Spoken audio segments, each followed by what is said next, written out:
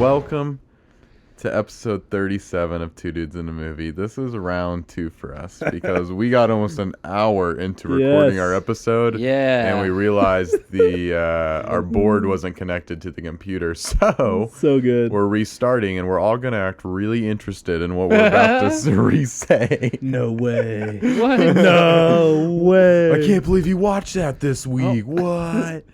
But let's get into it. Let's do it. AJ, what have you been watching? Okay, so I've been sick. I watched a bunch of stuff. Yes. What? Yeah? Watched a bunch of stuff. Let me fly through it this time. So I watched John Wick 2. I enjoyed it, but I didn't like it as much as the first one. It was a good middle movie. Good middle movie. Yeah. It expanded the world, but it didn't really do much for me personally as far as the plot goes. Wasn't as strong as the first one. I feel it's easier to have a connection with the first one. Yeah, for me personally. It does have a higher Rotten Tomatoes score than the first one. I did notice that. I noticed But like only by like 1 point or something, it was Yeah, very isn't close. Very close. Watched Brother Bear on Disney Plus. Phil Collins, love Phil it. Collins does the music and Joaquin Phoenix stars.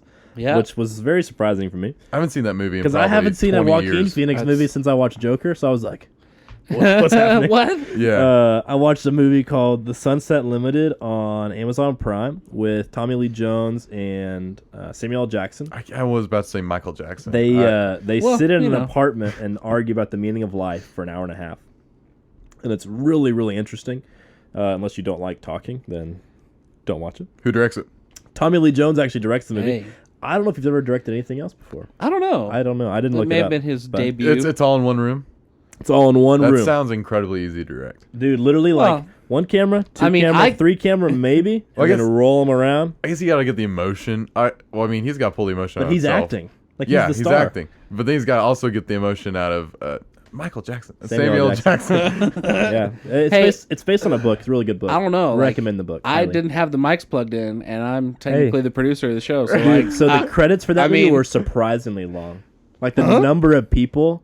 I was like, I watched the special features thing on YouTube. There's like 50 people on set. I was like, what are y'all doing?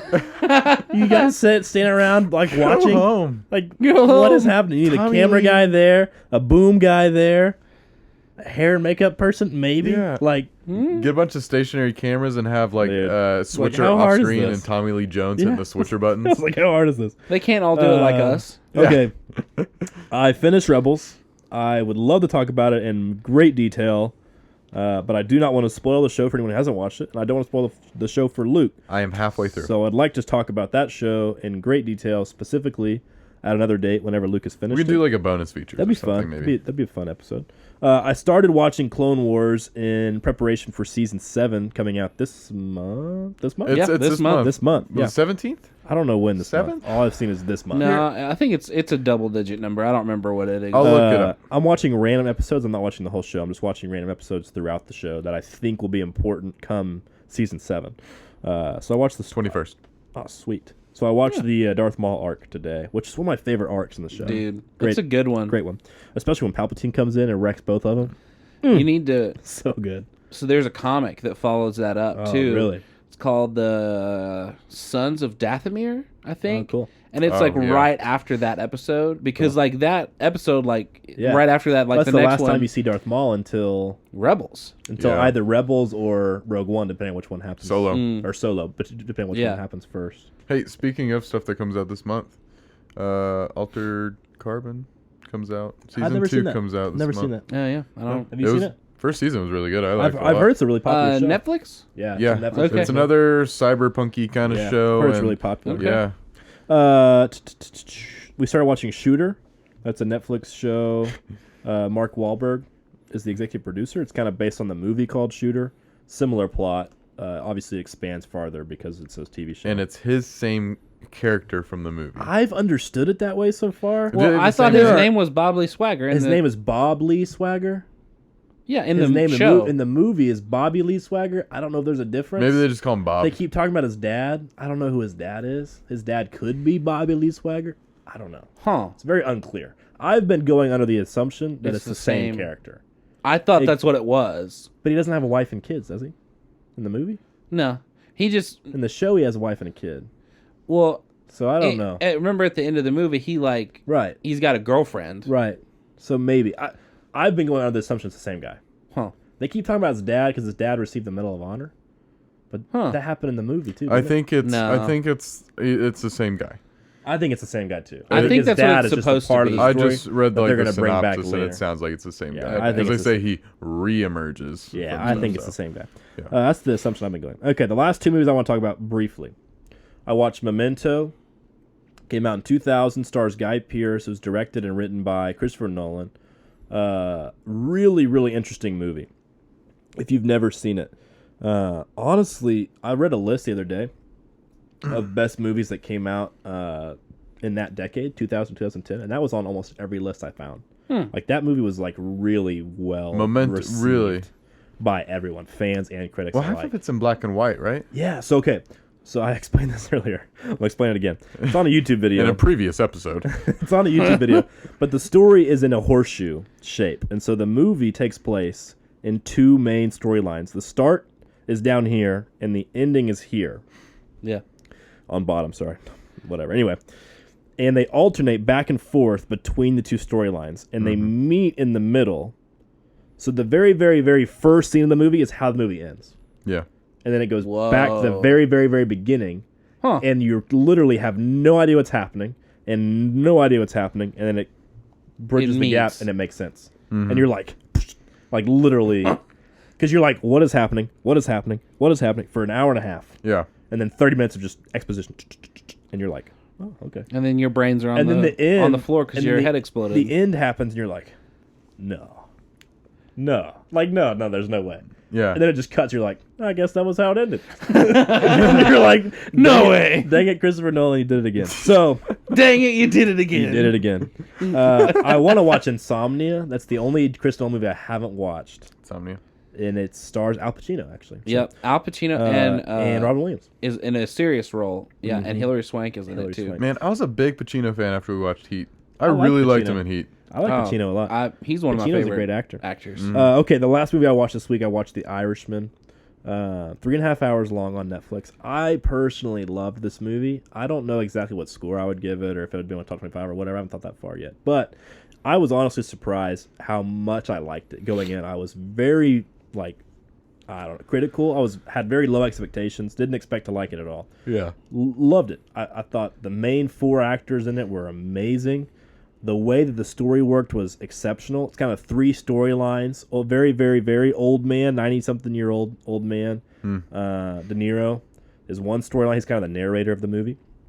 The middle of the story is kind of real time. It makes it feel like it's real time. And that is 75-ish-year-old De Niro on a road trip. You have no idea what's going to happen at the end. And then the kind of the flashbacks that you get throughout. It's kind of like he's having memories. He's having memories and flashbacks throughout the movie. And that's kind of the other storyline. That's the one that probably gets the most screen time, I guess. Yeah. And those are the stories that are from age 40 to 50 to 60 to 70. And it's kind of the movie spans probably 5 decades. How many days did it take you to watch the 3.5-hour movie? I actually watched it in one sitting. I didn't pause it at all. I just knocked it out.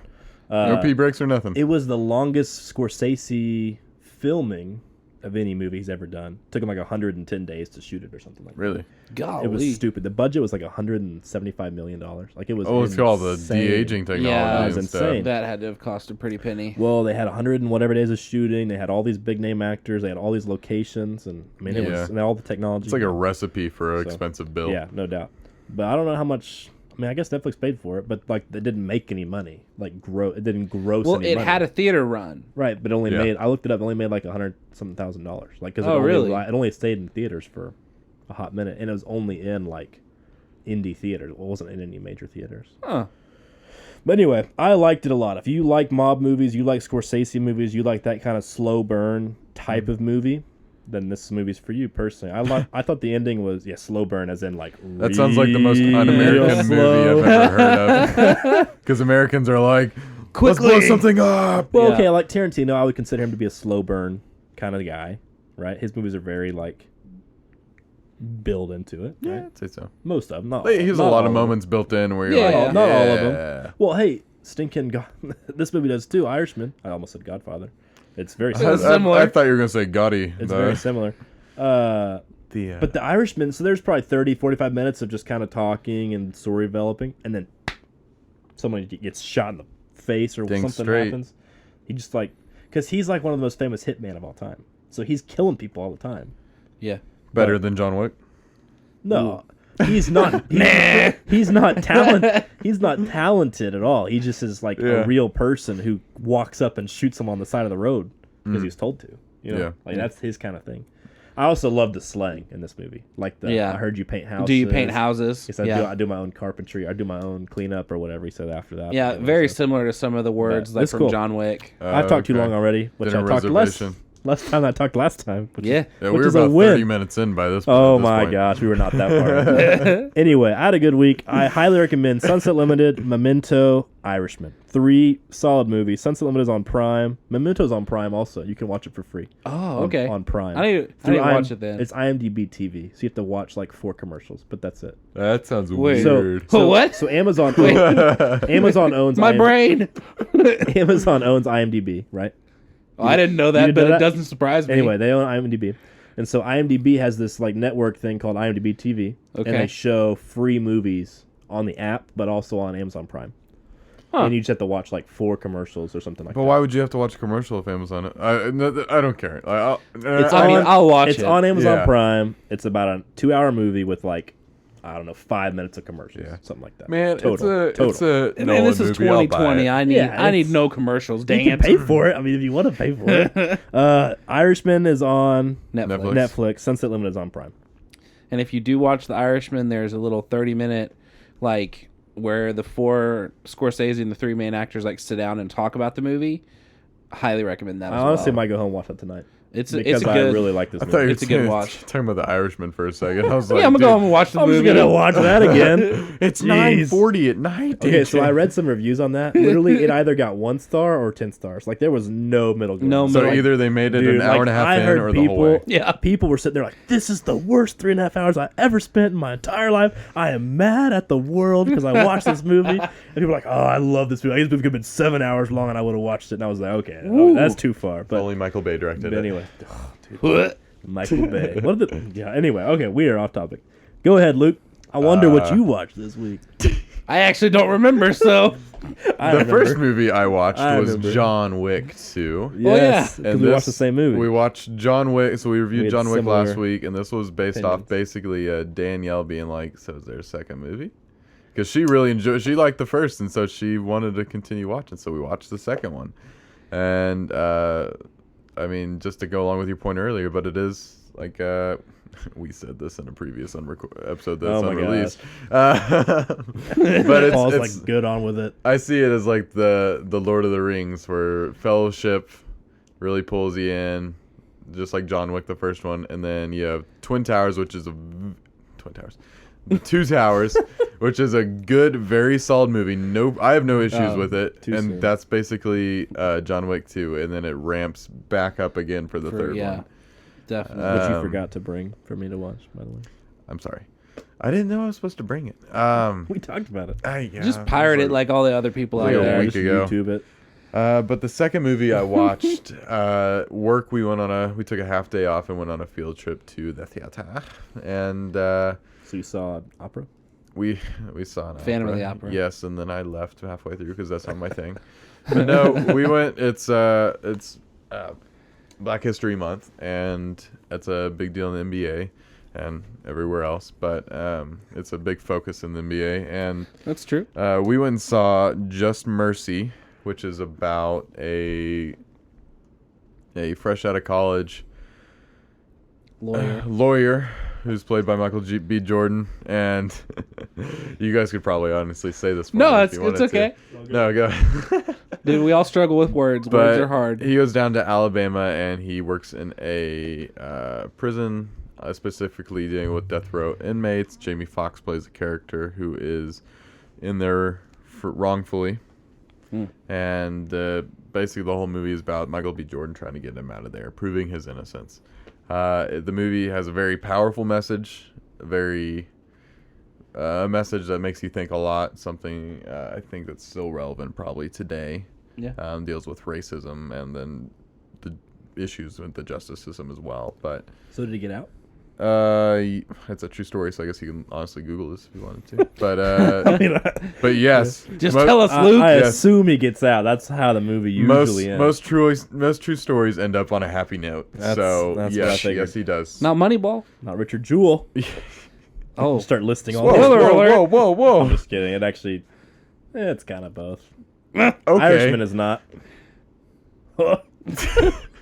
We just start listing all. This back one. to Ford versus Ferrari doesn't no. end on a happy ending. Come on. I could do this all day. highly suggest Just Mercy. The acting in it's great by Jamie Foxx, Michael B. Jordan. Should Jamie Foxx? I guess Brie Larson's he good shouldn't in be it. nominated because it didn't come out.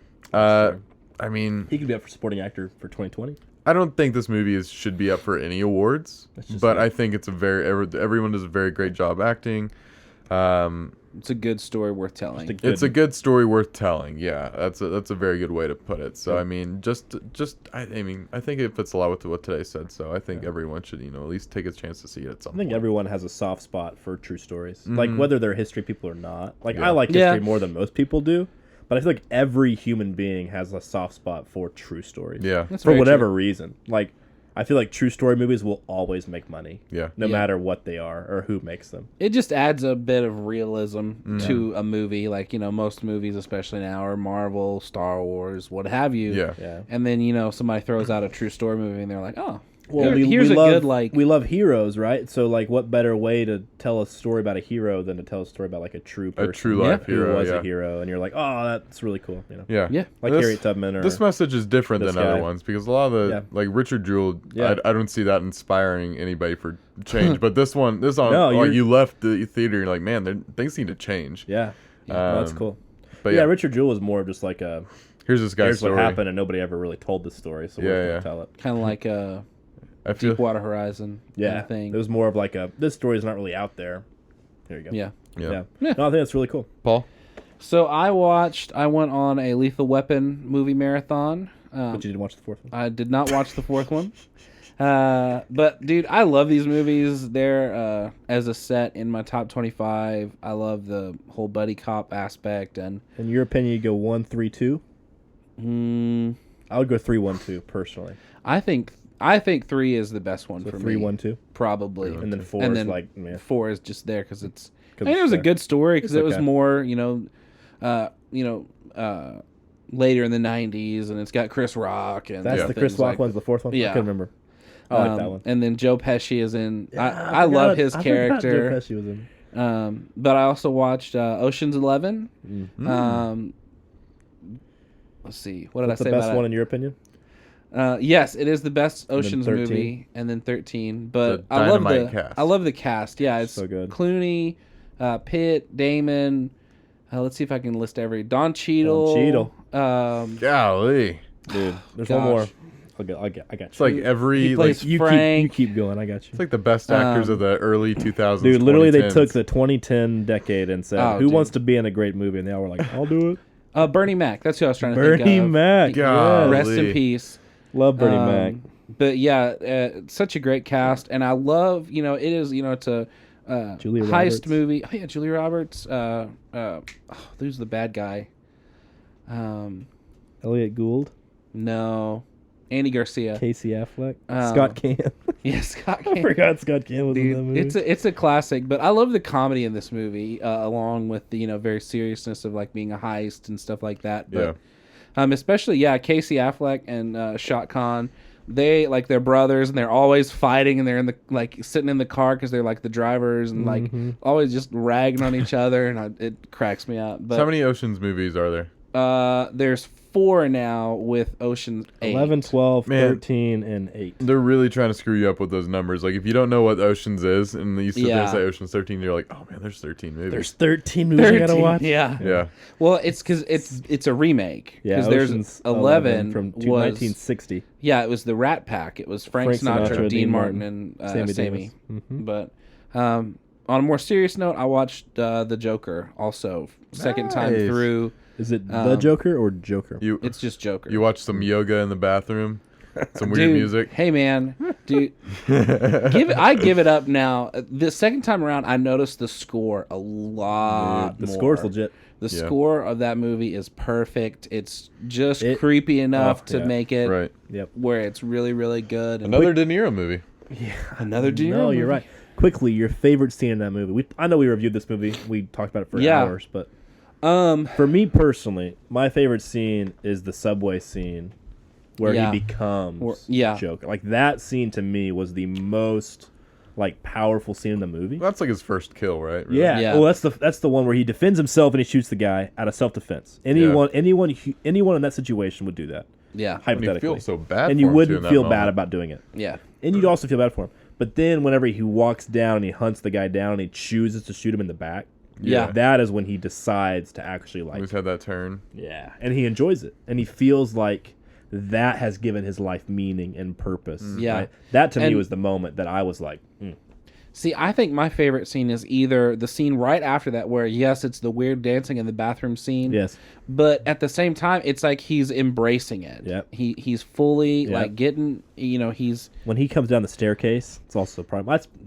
That's one of my favorites. Too. But I also really like the scene where he's getting, his makeup on to go on to Murray's show. Yeah. And then the two guys, the little midget and the other guy from the clown company show up. And... it's just, that's almost more true Joker than the scene at the end with Murray where he kills Murray. That whole last 30 minutes is so intense. Dude. Gosh, dude. I hated that scene so much. Not hated it because I was like, I hated it because I was like, Gripping your seat. I was like, no, this sucks so much. I do not like this at all. Dude, and I was literally I was on a roller coaster. I did not want to be there, but it was just so much tension. I bro. think It's crazy. it's just a good Joker thing. movie. Yeah, that fits the character so well if you're feeling like that. Oh, I hated it. I hated that apartment scene. I'm on this ride, and I that was currently the don't want to longest be 10 on minutes it. I've ever spent in a movie theater. When Dead serious, the longest 10 minutes I've ever spent in a movie theater is that apartment scene when those two guys walk in. Until he leaves, I was literally just like, man, this sucks. and the poor little guy, I can't unlock the door. Oh my god! And he's like, Arthur, so bad. can you get the door? Okay, quick question. Yeah. Which we might talk about this earlier, but have you heard the theory that this guy is not the real Joker? He's just like the forefather of the Joker, and that the actual Joker that we know is a child who was there, roughly about the same age as Bruce Wayne, in the crowd at the end of the movie during the mob scene. And so that Arthur Fleck is the guy who inspired that movement, and that movement then inspired the real Joker. Have you heard that theory? No, I haven't heard that one, but the one that I have heard that I actually don't hate. You don't like that one that I just gave? It's okay. It's okay. I honestly, at this point, I don't need a deep theory. I don't really care either. I'd be totally fine with him being the Joker and that actually being what happened. Yeah. The whole dream theory and all that, he wasn't actually there. He was just in the asylum or whatever the whole time. The one that I've heard that I actually would not be too upset if it came to fruition that this is how it was, is that at the end he's in there and he's locked up and he's talking to the psychiatrist or whatever, and he's says that I'm thinking of a joke and you wouldn't get it. He's thinking back, and at that moment he realizes that Bruce Wayne is Batman, because Batman is the one who put him put him in Arkham. But so everything that happened before that is in his head? No. It's all real. It just has a flashback. But he's just remembering it and he's putting it all together of that Bruce Wayne is Batman. Huh. So he would have hypothetically been there for a long time at that point. Because Bruce Wayne would have grown up at that point. He would have been in the movie, 25, in the flashback, Batman would have been. Yeah, I'm saying, at that point, he's because in his head, he's oh, this Batman guy has put me in jail or prison or whatever. And he's trying to figure it out, and he, thinks back on his past, on the Joker's past, and realizes this moment, and and so he kind of is oh, Bruce Wayne, that little kid became Batman. Right. Yeah. Okay. But cool. That was a good week. Good stuff. Good stuff. I like good okay, movies. so this week we're not doing a regular top 5. We'll continue with that next week. Not next week actually, because we're doing our top 25 next week. So if you want to hear we're doing an updated top 25. Yeah, if you want to hear our updated top 25 next week, we'll be doing that. And then the week after that, we'll pick up with our top 5s after that. But this week we're going to do an Oscar special. We're going to talk about kind of our opinion on who should win. Not really a prediction, more of a just kind of our opinion based on the movies that we've actually seen. So some of these movies we haven't seen, we can't really judge those actors or whatever because we haven't seen the movie. So we're gonna kind of fly through some of the smaller ones and kind of spend more time on the bigger ones. But okay, Paul, go ahead. All right, so we're starting with Best Supporting Actress of Kathy Bates from Richard Jewell, Margot Robbie from Bombshell, Scarlett Johansson from Jojo Rabbit, Florence Pugh from Little Women, and Laura Dern from Marriage Story. Okay, personally, I'm going to go with Kathy Bates from Richard Jewell. She's a great actress. She's been in a lot of good stuff. But for me personally, she kind of helps that movie along a lot. She's kind of the concerned, worried mother. That's kind of her role, and she does a great job. So that's kind of my vote. I'm going to say Scarlett Johansson from Jojo Rabbit. Well, I mean, so I'm just going to say her because that's the only... Well, besides Laura Dern, those are the only two movies I've seen, or actresses I've seen in a movie in that category. But I'm going with Scarlett Johansson just because I left the theater with a stronger impression from her character in Jojo Rabbit with all the emotion she had to have going through Nazi Germany, harboring a Jewish fugitive and just what she dealt with. But yeah, Scarlett Johansson. Yeah. And I have not seen any movies in this category, so I just randomly picked, and I picked Margot Robbie from Bombshell because she didn't get a nod for her role in Once Upon a Time in Hollywood. So you give it to her for Hollywood, not for Bombshell? Well, yeah. But all she does in Hollywood's walk around. I'm just kidding. I'm just kidding. It's fair. She does a good job in that movie. But, I mean, I've heard Bombshell is really good. Yeah, I haven't seen it. I don't even know, honestly, what that movie's about. It's about the Fox News scandal. Came out a couple years ago. Okay. I've heard it's really good. I've heard it's really interesting. That. There were a bunch of trailers for it during all the movies I went and saw this fall. I remember seeing trailers for it, but it seemed like the trailers were really vague. And all the trailers that I saw, nothing happened. I was like, really? What's this movie about? What are you? Because it's like them walking onto an elevator and then the trailer ends and I was like, huh? Hey, it's the best kind of trailer. You still don't know a thing. That's true. Chris Nolan trailer. I would rather not know anything going into a movie than know everything. Yeah. From some trailers. Okay. Actor. Supporting? Best supporting actor is Anthony Hopkins for The Two Popes, Brad Pitt for Once Upon a Time in Hollywood, Bradley. Joe Pesci for The Irishman, Al Pacino for The Irishman, and Tom Hanks for A Beautiful Day in the Neighborhood. Okay, I'm going to go Joe Pesci from The Irishman. For me, personally, he carried this movie. De Niro does a great job. Pacino does a great job. But for me... Pesci, his character, his presence on screen was staggering. Such a good job of being a friend and loving to his friends, but also just vicious and brutal to his enemies. And there's several scenes in the movie whenever he kind of is with his friend's daughter and he wants her to like her or wants her to like him. Oh, yeah. But he can't get her to like him and he doesn't like it and it bothers him. Yeah. You can tell. But he doesn't want to lash out because he knows that'll make it worse. And he wants to because he's a mob boss and he's kind of a creepy dude. But he can't. So it's you can see that in him. I forgot about that little relationship. Because that daughter also has a problem with De Niro. And that sets it up. To me personally, that's kind of the reason. That started that path. Yeah. Was that. So anyway, for me it's Pesci. I know you guys are both going to say Brad Pitt. I 100% agree with Brad Pitt. I love Brad Pitt. I'm a big fan. I feel like he deserves an award after all this time. He's never won an Oscar before, so I've just give it to the guy. Yeah. But I wanted to kind of throw in my 2 cents and just say that if I got a vote, I'd probably vote for Brad Pitt. But right underneath there, Brad Pitt, barely, be Joe Pesci. Yeah. No, you're right. I am gonna say Brad Pitt because Once Upon a Time in Hollywood is one of my top 2 favorite movies I saw last year, and Brad Pitt has had that Oscar secured in my head since I saw that movie. Yeah. I'm with you. I'm totally with you. He's great. He was so great. So good. He's one of his best movies. One of his best movies. His delivery of the lines in that is just I loved his kind of cool, suave self that he kind of plays. He plays that character in a lot of movies, but I feel like the role was made for him. Yeah, no doubt. Yeah, I'll agree. No doubt. So yeah, I'm gonna give it up to Brad Pitt too, but I'm gonna actually throw a little monkey wrench in there and say, okay, we've said who we think or we like. Who do we think that they'll pick? Brad Pitt. You think they'll actually pick Brad Pitt? I think for the reason that we've said he hasn't won, Yeah. I think it's a big reason why. The other reason why is I think that movie will win 3, 4, 5 awards. Yeah. Okay. I think Tarantino, this is his masterpiece, at least this decade.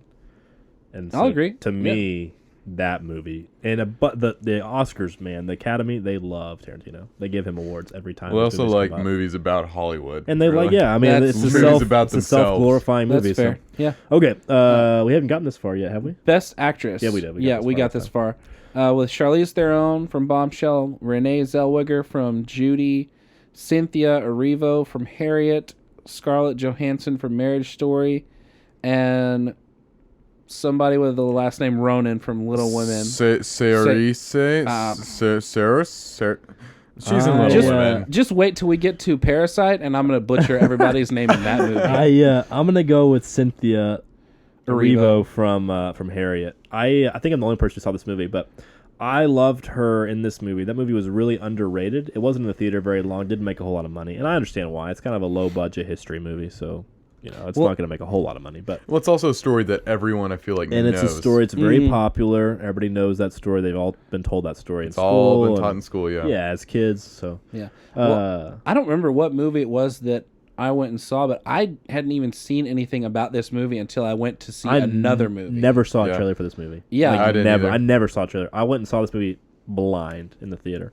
I loved Scarlett Johansson in Marriage Story. She was great, and I think I remember actually Luke's going to say her, but and I totally agree with her. I think she does a great job. She helps carry that movie. I would give the slight edge in that movie to Adam Driver. Personally, I thought he did a little bit more carrying of the movie than Scarlett. I think he had like a little bit more screen time. I think it's part of it too. He's kind of more of a main character, I guess. But anyway, I thought she did a great job. I'm not taking anything away from her. It's very similar to my last category of Joe Pesci versus Brad Pitt. Very close. But for me personally, I would give the edge to Harriet just because her name's not Harriet, but the actress who plays Harriet Tubman. Cynthia Erivo. I would give it to her because she carries her movie more than Scarlett Johansson does, and she's on screen more. She's very similar to Joker or I Am Legend or Castaway or Martian in the sense of she carries almost the entire movie.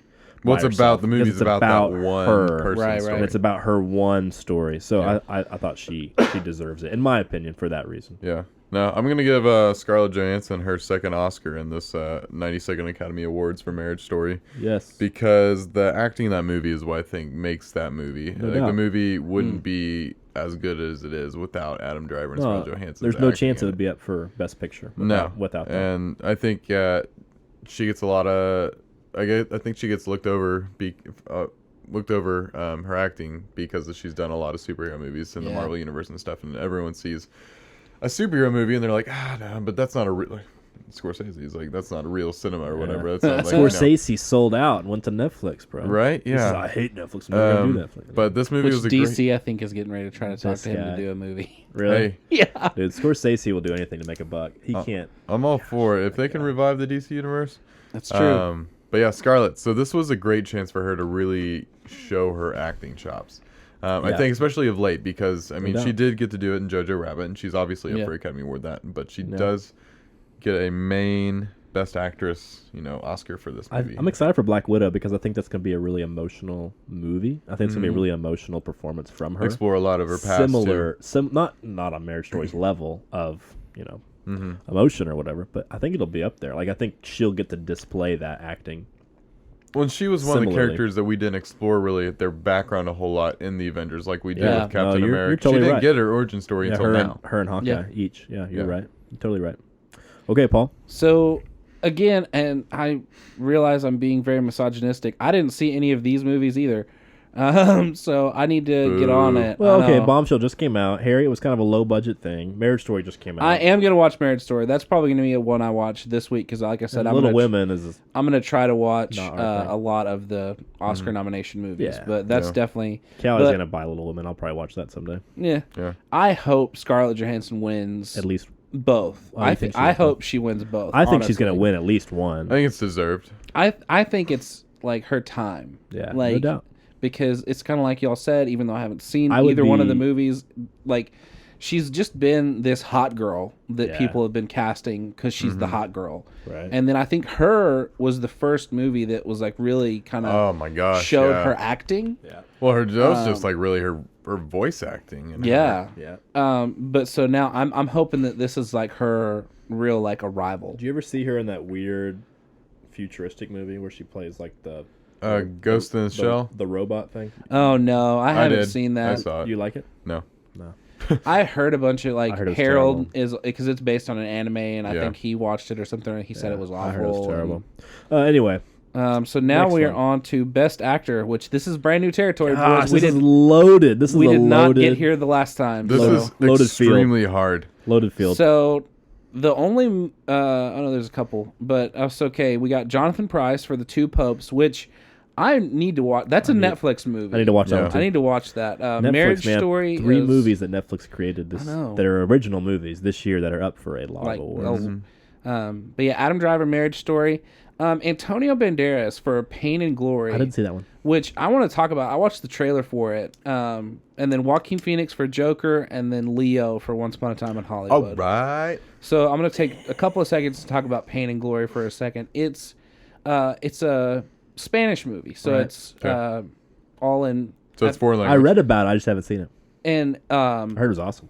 I've heard like the trailer is really interesting. I would recommend to go just watch the trailer and It's up for best foreign film. I think if I remember maybe, but it has to be. I think it is with Les Mis and Parasite. Yeah, but he's like a movie writer, and he like had a big hit at one point in his life when he was younger, and then now he's older and hasn't done anything in a long time, and his mom's dying, and he's like having to take care of her and things like that, and he like looks back on his life and is like, it's kind of like did I really live a full fulfilled life? Yeah. And I mean, even just some of the like emotion in the trailer, I was like, man, this looks like a really interesting movie. Right. So all right, back to our picks for Best Actor. This is the hardest category in my opinion, other than Best Picture. So stacked. So for me, I'm going to go top 3.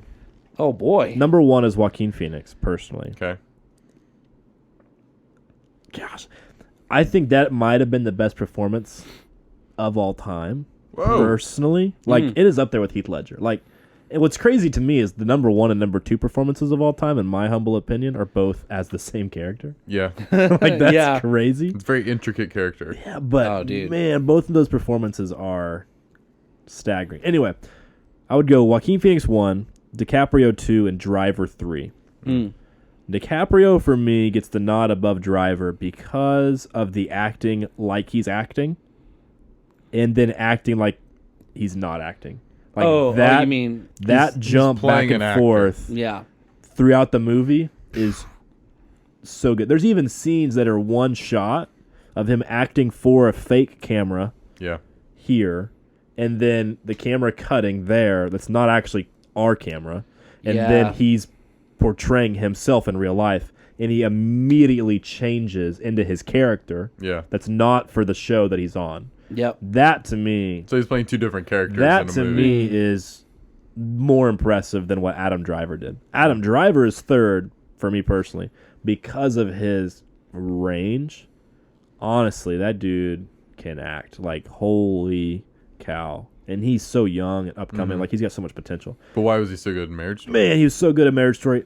The raw emotion that he portrays in some scenes and then follows those up with being loud and mean and just like but then he follows that up with being a tender, loving, caring father, and he mixes all 3 of those things together, and it's amazing. Well, it's very realistic and very crazy. believable. He's so good. And then honestly, on top of that, for Adam Driver, for me personally, as like you said earlier, I don't know if you said this in this show or last show, but when you said that he kind of carried the sequel trilogy, this trilogy with Daisy Ridley, Star Wars. Yeah, those 2 characters for me carry that trilogy, and that's obvious because they're the 2 main characters. The Marriage Story trilogy. That's what he's talking about. Yeah, the Marriage Story trilogy.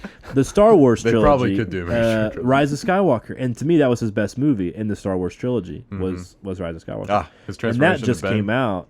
And so for me, those 2 movies together, he's very similar to Scarlett Johansson in the sense of he put out a lot of really good movies recently. So those are my top 3. honestly, I'd be totally okay with any of those three guys winning it. Personally, I would go with Joaquin Phoenix just because that performance was so good. Yeah. I'm going to go with Phoenix as well.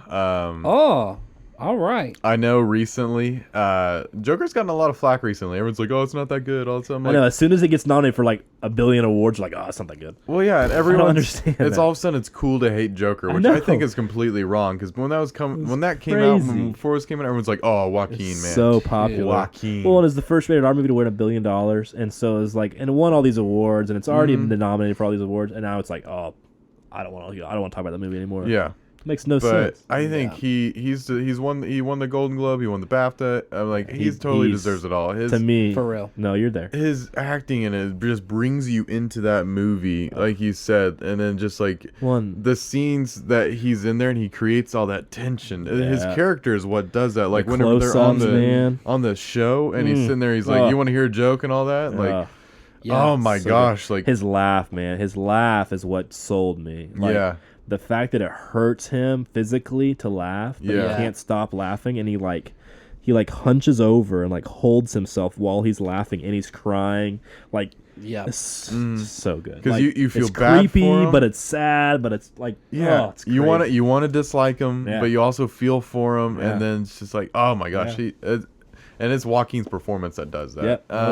No doubt. Number 2, DiCaprio. Who I want to win, who I think is going to win is Joaquin. Who I want to win is DiCaprio for Once Upon a Time in Hollywood because, like I said, it sucks for DiCaprio to have that performance, and then 3 months later to turn around and go, yeah, that guy won. He deserves it. One of my top 2 favorite scenes in cinema this year or 2019 was the trailer scene where he's in there like yelling at himself after he so good botches that scene. He comes in, he kind of like pumps himself up, says I'm gonna quit drinking. It's funny, drinking, and it's just he's so good. He does such a good job in that movie. That's my favorite scene in the movie. Man, did you know that was all ad lib? Yeah. He literally set up a camera and said, "Have fun." Go for it, and he was like, "Okay." Oh, it was perfect. Awesome. It's crazy. Like he just went for it. The whole movie, he performs great. And then if I think this was last year, and if Marriage Story came out in 2018, Adam Driver would win hands down. I think. No doubt. For real. I think it's so hard because those are loaded. 3 top-notch performances. Well, hey, and then a lot of people are mad De Niro didn't get in because people think De Niro should have won. I don't think he should have won. Mm-hmm. I think he could have been nominated. Mm-hmm. Probably deserved a nomination. I mean, let's be honest. Carried a 3.5-hour movie. But we haven't seen Pain and Glory, and we haven't seen. But hey, you're right. You're right. I've heard that Two Popes movie is. I heard Two Popes is great. Yeah, I've heard it's really great. Okay, Paul. Joaquin Phoenix? Question mark. Dude, for me, the moment I walked out of the Joker, I was like, Todd Phillips better win. Like I could easily see. The clean sweep? The sweep of Todd Phillips, Joaquin, and Joker winning Best Director, Actor, Picture. Yep. I also would not be upset with Once Upon a Time in Hollywood. I'm very much like Luke in the sense of I would love to see Quentin Tarantino, Once Upon a Time in Hollywood, Brad Pitt, Leo. I'd love to see them sweep it. Yeah. But I really do. I don't think this year anyone deserves the sweep because this year was so strong. Oh, yeah. Like last year, if any of these movies come out last year, because last year, like the Green Mile, or not Green Mile, the Green Book, or whatever the heck. Yeah. Like last year, any of these movies come out last year, they're all sweeping it. Right? Yeah. But this year, for me, none of them deserve a sweep, and so that's kind of why I staggered my answers. Like Joaquin Phoenix wins Best Actor, but I'm glad we all 3 agree on that one because that to me was like the easiest decision I had. Dude, totally. But I mean. And I'm very, like I said, very much like both of you. Give it up tons for Leo because I mean his for him. His only one he's won was for Revenant. Yeah, and that was a stellar performance. That sucks for him because man, he's good. Dude, I want Joaquin to win it, but Adam Driver, he'll win one eventually. That dude is so good. Oh yeah, he's got time. He's still young. Okay, what we got? All right, so let's go on to Best Director. Ooh. For nominated is Quentin Tarantino for Once Upon a Time in Hollywood, Todd Phillips for Joker, Bong Joon-ho for Parasite that we're going to talk about here in a bit, Martin Scorsese for The Irishman, and Sam Mendes for 1917. We still haven't gotten to Parasite yet. That's crazy. We've been here for 2 hours, y'all. We haven't gotten to Parasite yet. Well, you know. Anyway, I'm going to vote for... I just changed my answer in my head.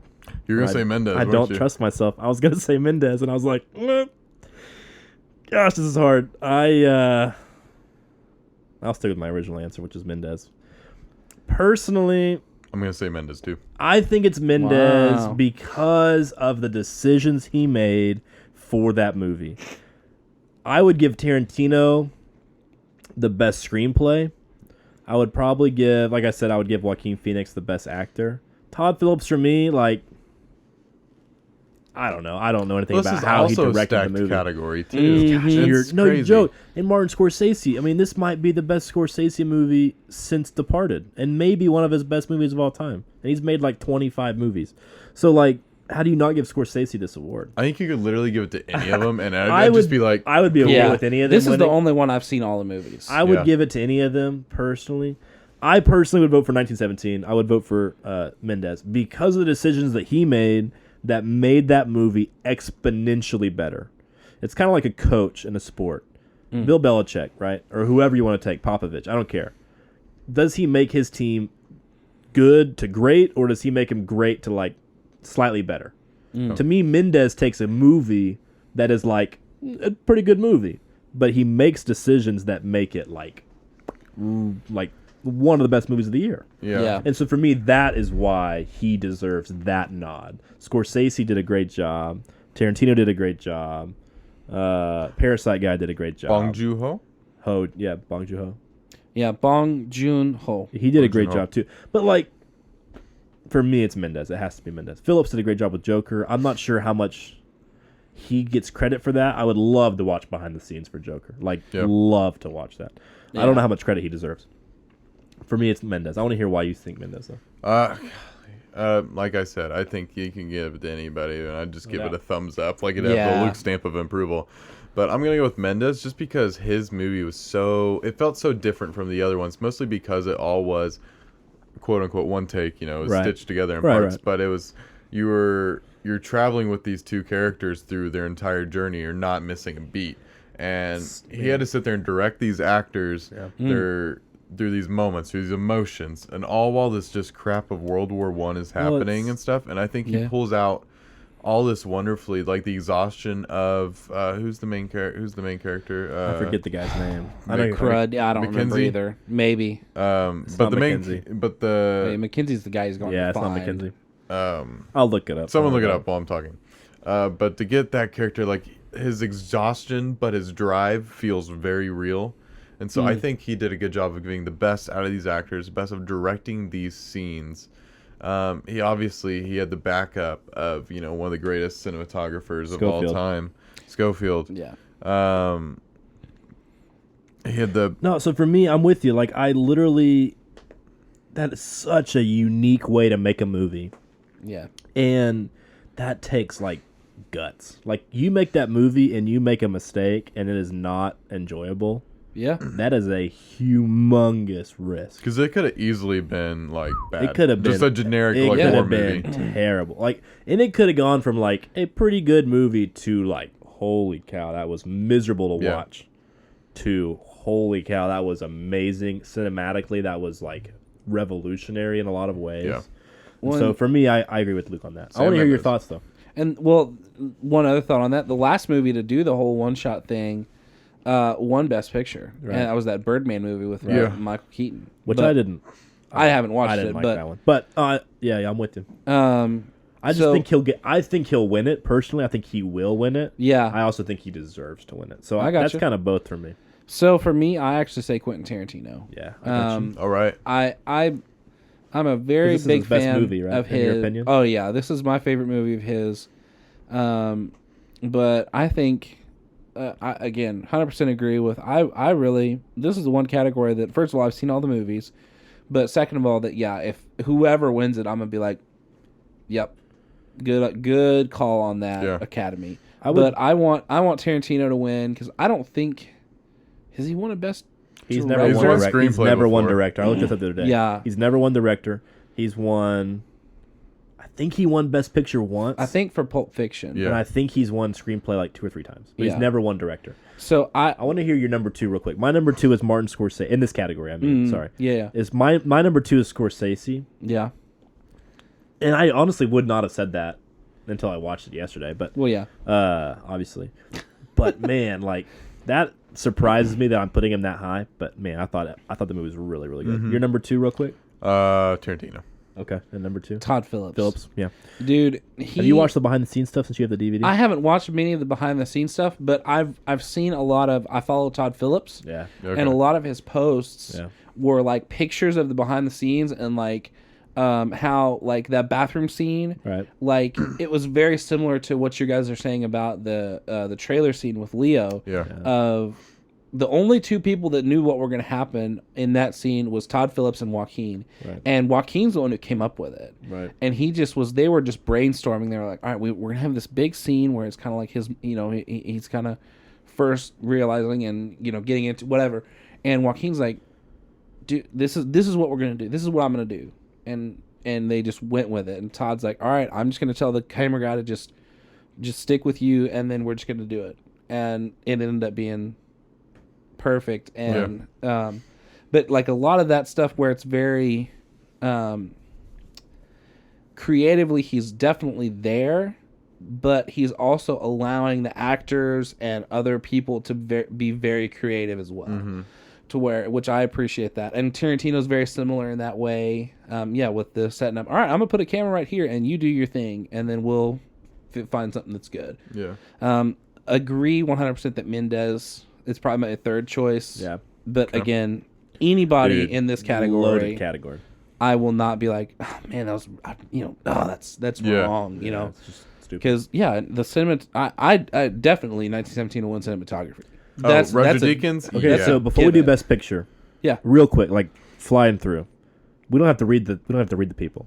Best cinematography, 1917. We all agree. Deakins for sure. Let me look and see who the other people were. Joker's my number 2 for Rodrigo that section, probably. Prieto for Irishman, Roger Richardson for Once Upon a Time in Hollywood. Oh, Jaron Glass I would for go Lighthouse, 1917. and Lawrence Sher for Joker. 1917. So we're all in agreement? Joker. Yeah. All in agreement? Yeah. Okay, score, best film score. Joker. I would go Joker too. I like the Joker. 1917. Little Women, Marriage Story, Riley Scott Walker. I'd go Joker.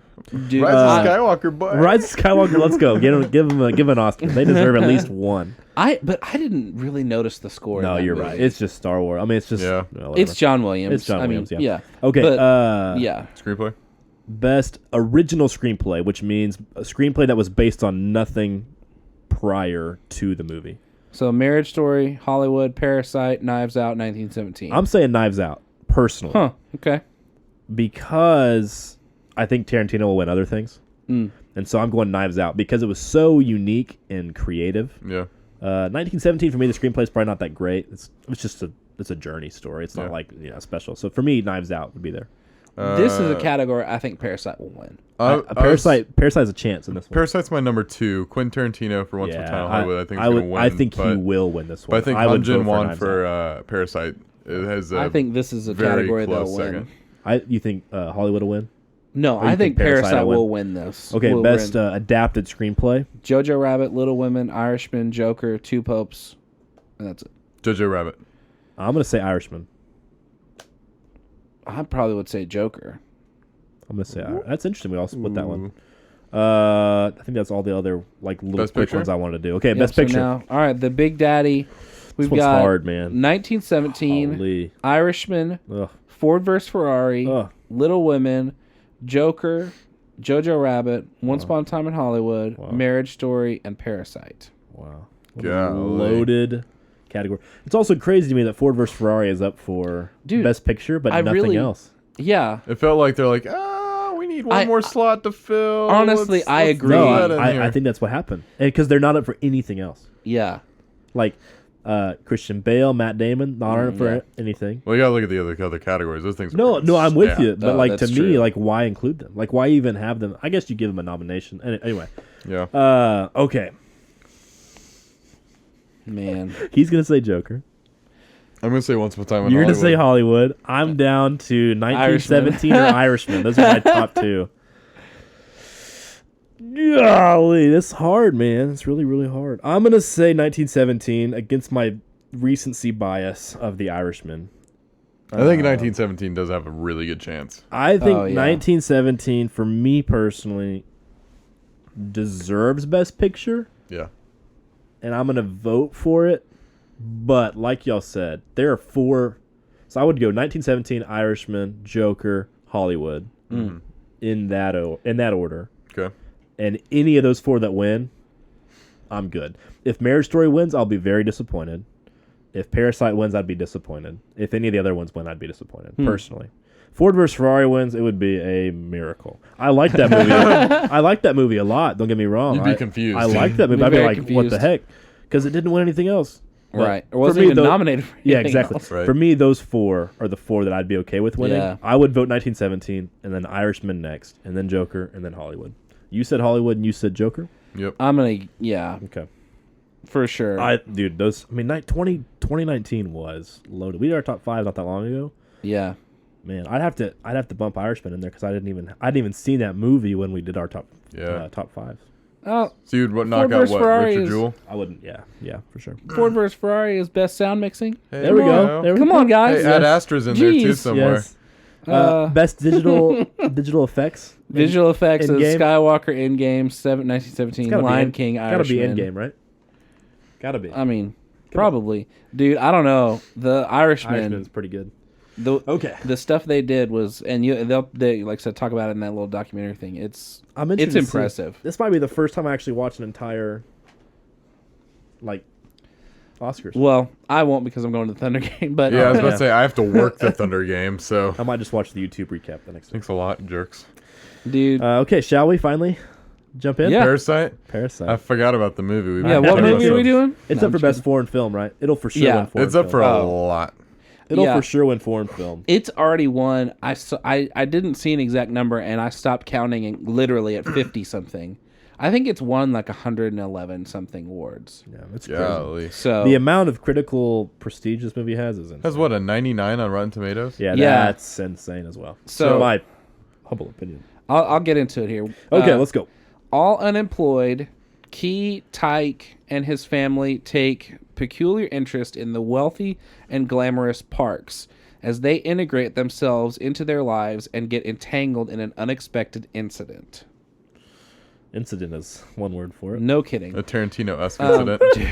I literally could not help but thinking this is literally an Asian version of a Tarantino movie. That's what Danielle. We paused it, and I was like, Danielle "There's goes, someone in the basement." I was like, "What is happening?" Danielle says, "Is this directed by Tarantino?" I know. And I was like, "No, No way. it's not." I was That's like, awesome. and he had the blood on his face from hitting him in the head, and I was like, "This is literally What's the box office on it? Tarantino movie. Okay, so budget of 11 million. Wow. Makes sense. Earnings surprising. as of the second was 163.3 million worldwide. Worldwide, It's a good return 163. Oh, is yeah. on a lower budget than of 11 million, that's lower than I thought would be based on all the awards it's And been for a- winning and everything yeah. it's been and for a talking. foreign film, and Well, that's true. A foreign film has a lower chance of I was going to making- say, and I don't remember, but the numbers were higher overseas than in America. But Yeah. that's Yeah. with every movie, You're, honestly. no, you're right. Okay. so question: yeah.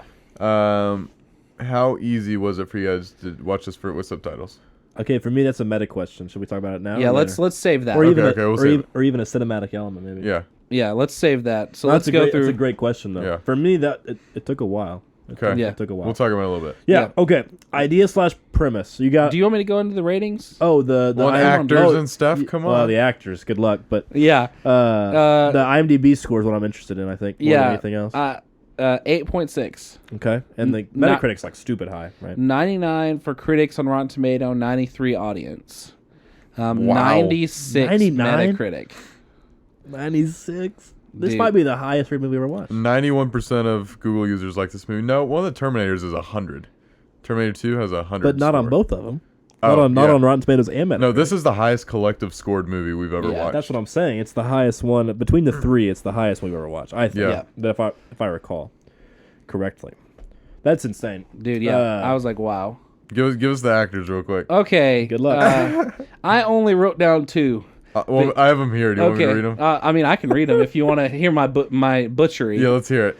Let her fly. So I've got, I don't remember who's who. I think the dad is the first name is Kang Ho Song, Yeah. and the son is Woo Sik Choi. Yes, I picked the 2 that were the easiest to Yeah. say. love it. The two main characters. Park right? So-dam is Ki-jung, which is their sister. Okay. And then Choi Jong is the rich wife. Okay. And then Did they ever say which country this was Lisa in? and Korea. South yeah. Korea? Oh, they didn't say. There's one point where they say They something mentioned about Kim yeah. Jong-un, yeah. But it's I one just of the assumed it was in Koreas. South Korea I would assume too. because it's like That is South Korea because they talk communist. about North Korea and stuff, and then they talk well, about there's no like soldiers walking around with. Yeah. All right. Okay. Now you can go into idea / premise. Have you ever seen The Interview? yes. Have you seen The Interview? No. Dude. That looked too dumb for me. It is it's a you're 2 a.m. and you got nothing better to do with your life kind of movie, but it is worth it. I will say that. I'm a big James Franco fan, so okay. Yeah. Here we go. Idea / premise. For me, I said very interesting, very original, but not that compelling. Like, Yeah. it was interesting to me because of it was so unique and so original, and I was like, Yeah. I've never seen a movie like this before, about this before. But I was like, but I don't really care. Like, there wasn't a reason for me to care. You know what I'm saying? Yeah. So I gave the section an 8 because it was like they deserved a 10. And then it was like, but I'm not really invested. Like, you know what I'm saying? So like for me, I knocked it down a couple points for that. So I gave it an 8. An 8 felt like a good score to kind of give them the benefit of, hey, they did something unique. They did something original. They tried. They took a kind of leap of faith. Yeah. But then for me, it was like, it just wasn't compelling. Like, I don't know why. Like, I kept watching. Obviously, I finished the movie, but like, I was just like, I don't know. Yeah. Like, it didn't really carry me forward at all. I mean, like, you still give it an 8. That's a high score. an 8 is a good score for this section. Yeah. I gave it lower scores in other sections, and I gave it higher scores in other sections. It's not it's just kind of a middle of the road score, but it's above average score, I guess. Yeah. But I don't know. For me, it just there was something missing, and it's hard for me to verbalize it now that I'm even thinking about it. Do you think I'm not being really sure what it foreign was. language messed with that a No, little that's bit? not even right. That's not even why. It was just there was nothing at stake, I guess, if that makes sense. So Like there wasn't a conflict, there wasn't a war, there wasn't someone dying, there wasn't a fight, there wasn't there was anything no at- struggle. there was Right. no struggle, there was nothing. It was just, I'm gonna go and see how long I can carry out this kind of prank of scam Yeah. and see how long it works until it bites me in the butt. And that was kind of the whole plot, Yeah. which we'll talk about plot later. But for me, the idea and the premise was like, it was interesting and it was dynamic, but at the same time, it wasn't compelling. And so it didn't urge Gotcha. me forward. Like, I wasn't like, okay, I'm in, let's go. I was just like, that's cool, that's interesting. But I don't really care. I don't know. What do you guys think? So I gave this section a 9. Oh, nice. And I completely get what you're saying. Like, Yeah. So after I watched it, I was like, I had the exact same feelings you did. And then I read, like, so this movie is just a giant metaphor is all this is for, like, No, Yeah. for financial, a lot of things. like, yeah. Very political. like poverty versus, like, wealthy and stuff Yeah. like that. It's a big metaphor about, like, this takes a pessimistic look of, like, you know, if you're born poor, you're going to be poor for the rest of your life. If you're born rich, you're going to be rich. And it's it's a pessimistic look of, like, you know, you can't work your way to greatness kind of thing, which Right. at the end of the movie, whenever he kind of there's that thing where he's like, I'm going to buy the house and then you can come out of, you know, the thing. And it's basically just showing that because that's never actually going to happen. That's basically a pipe dream. Yeah. Because he's never going to be able to afford that house. Right. But I gave it a 9 because, like you said, I'd never seen anything like this Yeah, before. it's so Right. unique. Which honestly, to me, it was refreshing in a way because, you know, you see a lot of movies, and at some point you feel like you'd kind of seen a part of it or, you know, some type of movie like that. And so this movie for me, I was just like, I literally don't know what's going to happen. Like, I have no Yeah. clue where any of this is going to go. Yeah. Yeah, see, I felt the same way as far as, like, I've never seen this before. It's very interesting to me. Mm-hmm. I'm very invested in the idea of the movie. Yeah. But for me, it was somewhere in the character and plot section. And Mm-hmm. I tried to take the points away from the character and plot section and not the idea / premise section. Yeah. Because to me, that was where the problem was for me personally, not in the idea / premise section. Yeah. And so that's kind of where I docked points more, was because there wasn't a way for me to jump in. Yeah. You know, John Wick, we just did that last week. Like, I felt terrible for John Wick. Right. I want to follow him on his journey, no matter where it goes and how it ends. Mm-hmm. This movie, I was like, I don't know. There just wasn't an in for me. Well, there wasn't to me, there wasn't a single this is more character, but there wasn't a single likable character. We'll get to that here in a second. Which they kind of set it up to be at the beginning, and then they have this sequence in the middle where, they're getting drunk and they're they're being parasites basically, and they're abusing them being in that house and stuff, and it makes it unlikable. I'm with you. And so I get what you're saying. This is a very idea-driven movie. Yeah, no, you're totally right. You're totally right. And I think an 8 for me is a good score, and 9 actually surprises me that you gave it that high of a score. But I want to hear what Paul said.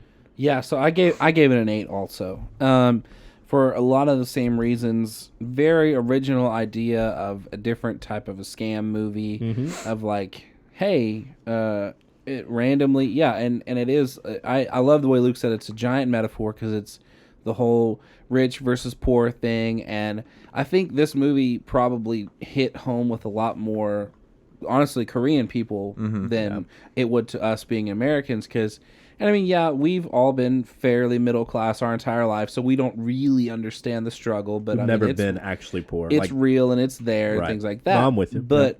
So it did bring an aspect of that to me, like when like at the beginning and they're the guys like fumigating the street. Yeah. And the son's like, "You want me to close the window?" And the dad's like, "No, leave it open. We'll get free fumigation." And I was get like, rid of the stink bugs. I was like, wow. Like I was like, I never would have. And then like, his daughter's like coughing and all this stuff, and I'm just like, but he's like, nope. Well, they're putting together pizza boxes for money. Yeah, and that's their job. The toilet's up on the top of the thing. Yeah. And that's just kind of, and there's no Wi-Fi and whatever else. Yeah, they did a lot of things so like that. I did really appreciate that, and but it just didn't. There was no, and this may be more of a plot thing, but there was no hook for me. Yeah. That's a good way to explain it.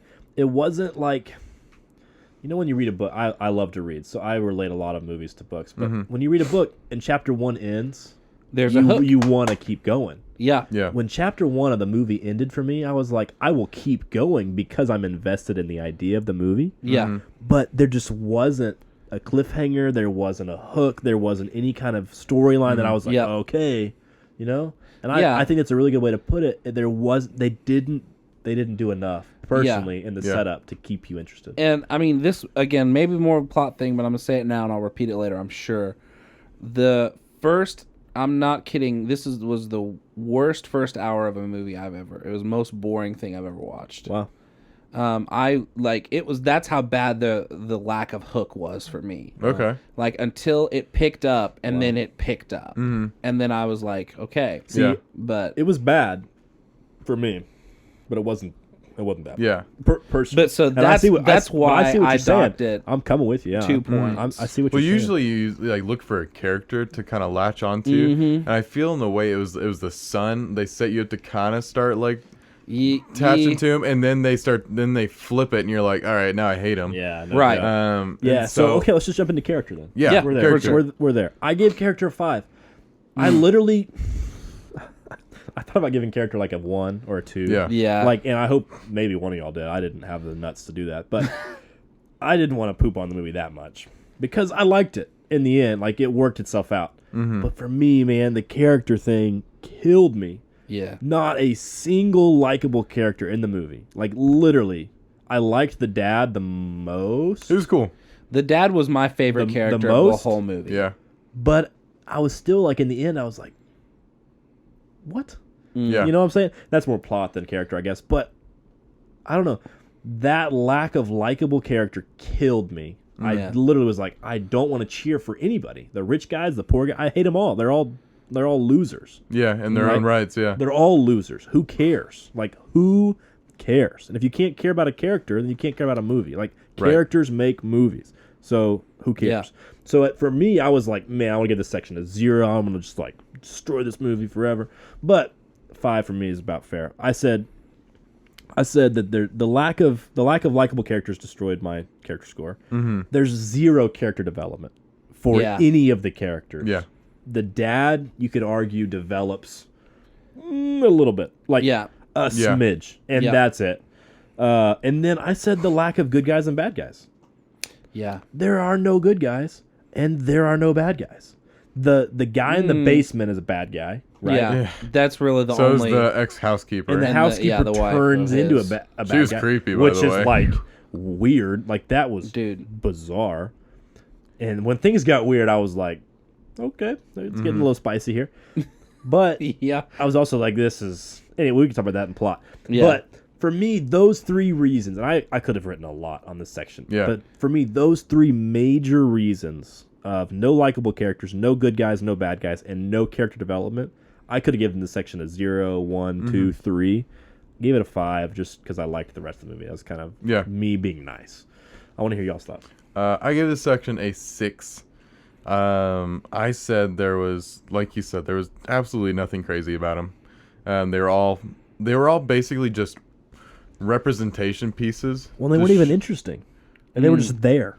Yeah, like, they were just a son, a daughter, a father, a wife, a rich husband, a rich wife, a rich bratty kid. Like literally, they were all just like you could have inserted a computer program and they could have reacted for the character. Well, it feels like they gave them all these like little tiny pieces to make you almost feel like there's some depth or interesting. Like the husband, whenever they asked, like he's like, you could say that I truly love my wife. Like it's obviously doesn't. Like they tried to give you something there. With the son, they tried to meet. He couldn't go to college. They couldn't pay to go to college, but he's really smart. Right. With the daughter, son and the guy and the girl he's tutoring. Yeah. Like, that had some legs. But that never turned anything. But because it was more about the idea and all that. Like he sacrificed a lot of sections to tell the political narrative that he wanted to get across. Right, and that's all these things were pretty much pawns in this movie. They were not there for character development. They were not there for us to like them. They're there to represent stuff. Because even the rich people, because at first glance you might say the poor people in the movie were the parasites, which obviously they were. Literally. Because they're there and they're taking advantage of these people without giving anything in off return. Of their, Right, and same thing for the housekeeper and her crazy husband. Right. But then you could also turn around and say same thing about the rich people. They're taking advantage of the poor people without giving them anything in return. They're not...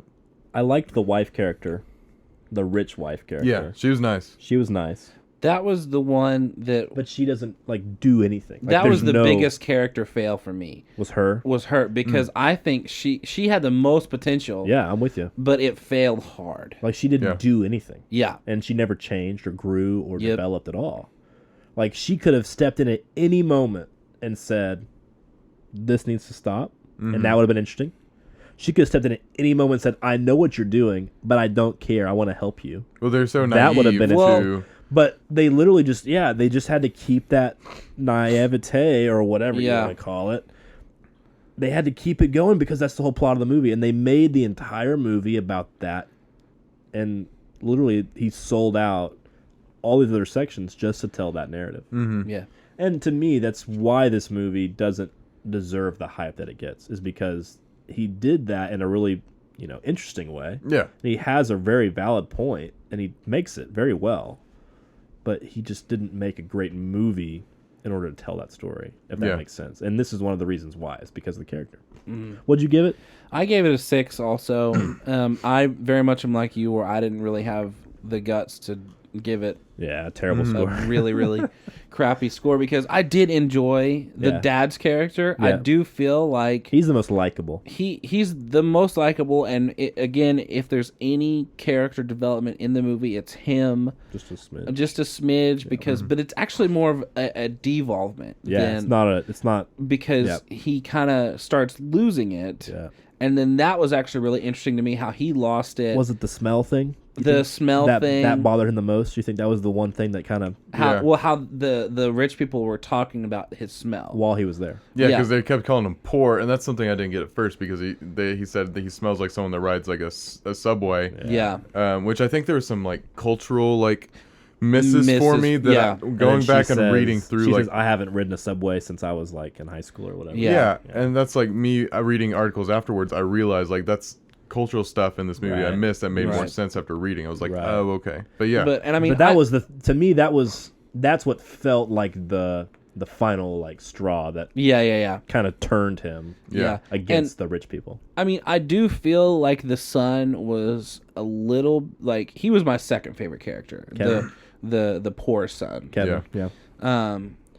I liked him at Kevin. first. Kevin was his American name. name. Was his American name. No, I liked him at first, but man, he turned into a tool. Yeah, for sure. But like, I don't know. There was something about it, and then just kind of the, at the end where he kind of, because I thought he was dead. Like, no joke. Thought he was just dead. I did too. And then when he like lives, I did too. I was just like, wait, what? I was too. So then like that, I was like, oh, this is kind of interesting. Yeah. He made it. He like survived or whatever. Yeah. So that was a little bit there for me, but yeah, dude, the character, and then let's dive into plot. Yeah, the character for me, like final thought, just you cannot have a good movie without compelling, dynamic, likable characters. Mm-hmm. Yeah. You can't. Like, it's impossible. Think of every great movie we've ever talked about that we like or that anyone likes, and you immediately picture the character. Immediately. Yeah.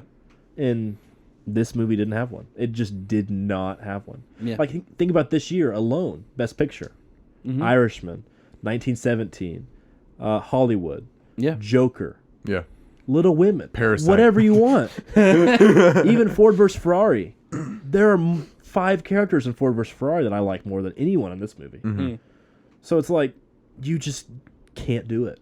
And I don't know. I don't want to, say anything mean about this movie because I actually did enjoy the movie. Yeah. But this was the weakest section by far, in my humble opinion. I get score wise, it's same. Yeah. Man, it just hurt because like there was so much potential. Yeah. And so many characters. Oh, dude, because and they just chose not to do that. Yeah, I was with the wife character, like because at the beginning, when the housekeeper's introducing Kevin to her, she kind of makes a little offhanded comment of like.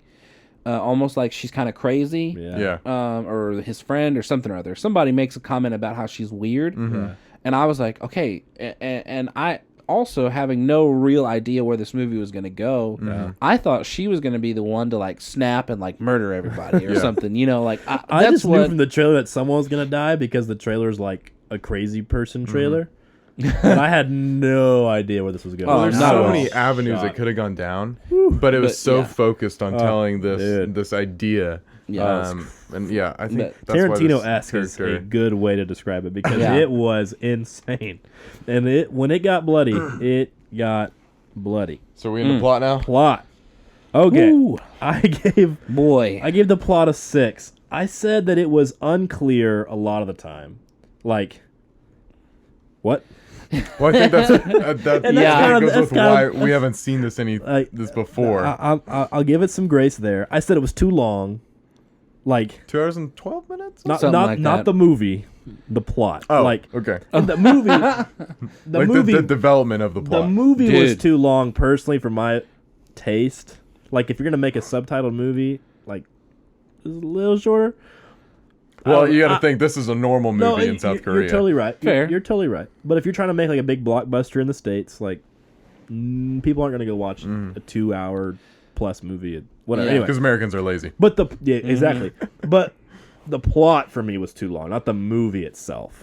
That just took too long. Goodness, like Paul said earlier, like that hour. Holy cow! Like nothing happens. Like nothing. I kid you not. Until the moment the doorbell rang when they were being drunk in the house, I could just watch from that part on and I'm with you. But everything before that, I'm like, this is I'm with you. Awful. I'm with you. No real goal. Like no goal. The goal was make money. Don't get caught.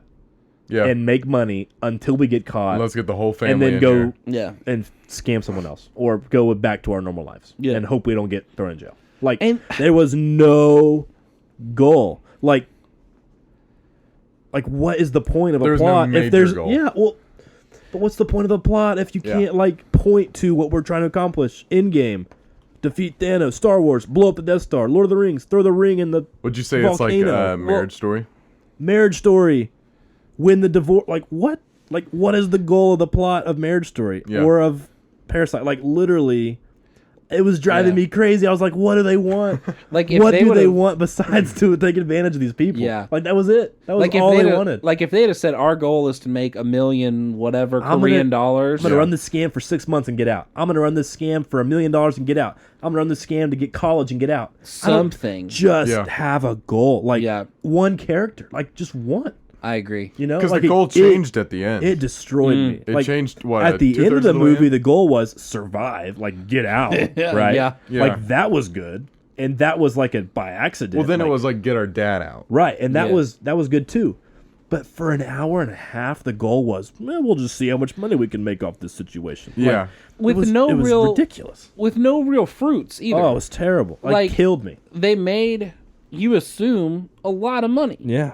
And they still lived in a dumpy apartment. But they never showed the growth. Like, have a 30-second montage of them buying shoes and groceries in an apartment. Yeah. Like, something. Yeah. Goodness. And then the last thing on plot, which I gave plot a 6. Like, I don't know why I gave it a 6. I should have gone lower. But I said for the second half. Yeah, no, you're right. You're right. Well, that's for me. You're right. That's why I gave it what. And it redeemed itself. Yeah. For me, I said unsatisfying ending, which I don't want to talk about the ending too much right now. I would kind of say that for a meta question. Yeah. Which I love talking about the endings of movies. That's just kind of the most important part of the movie. So I like talking about that the longest.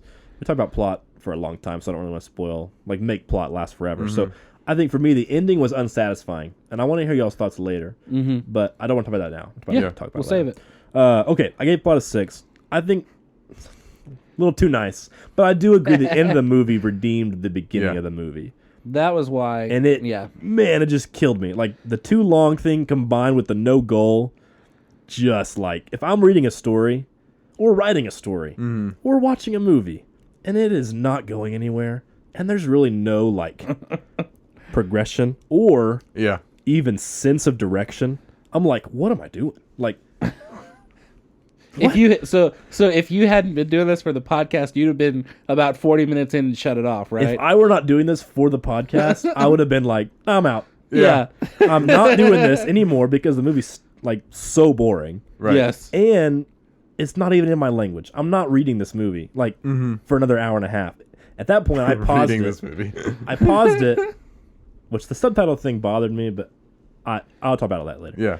Part of that is because I never watched movies with subtitles on it, so that's my own fault. But I paused it with about 40 minutes in, and Callie and I looked at each other, and I was like, I'm done.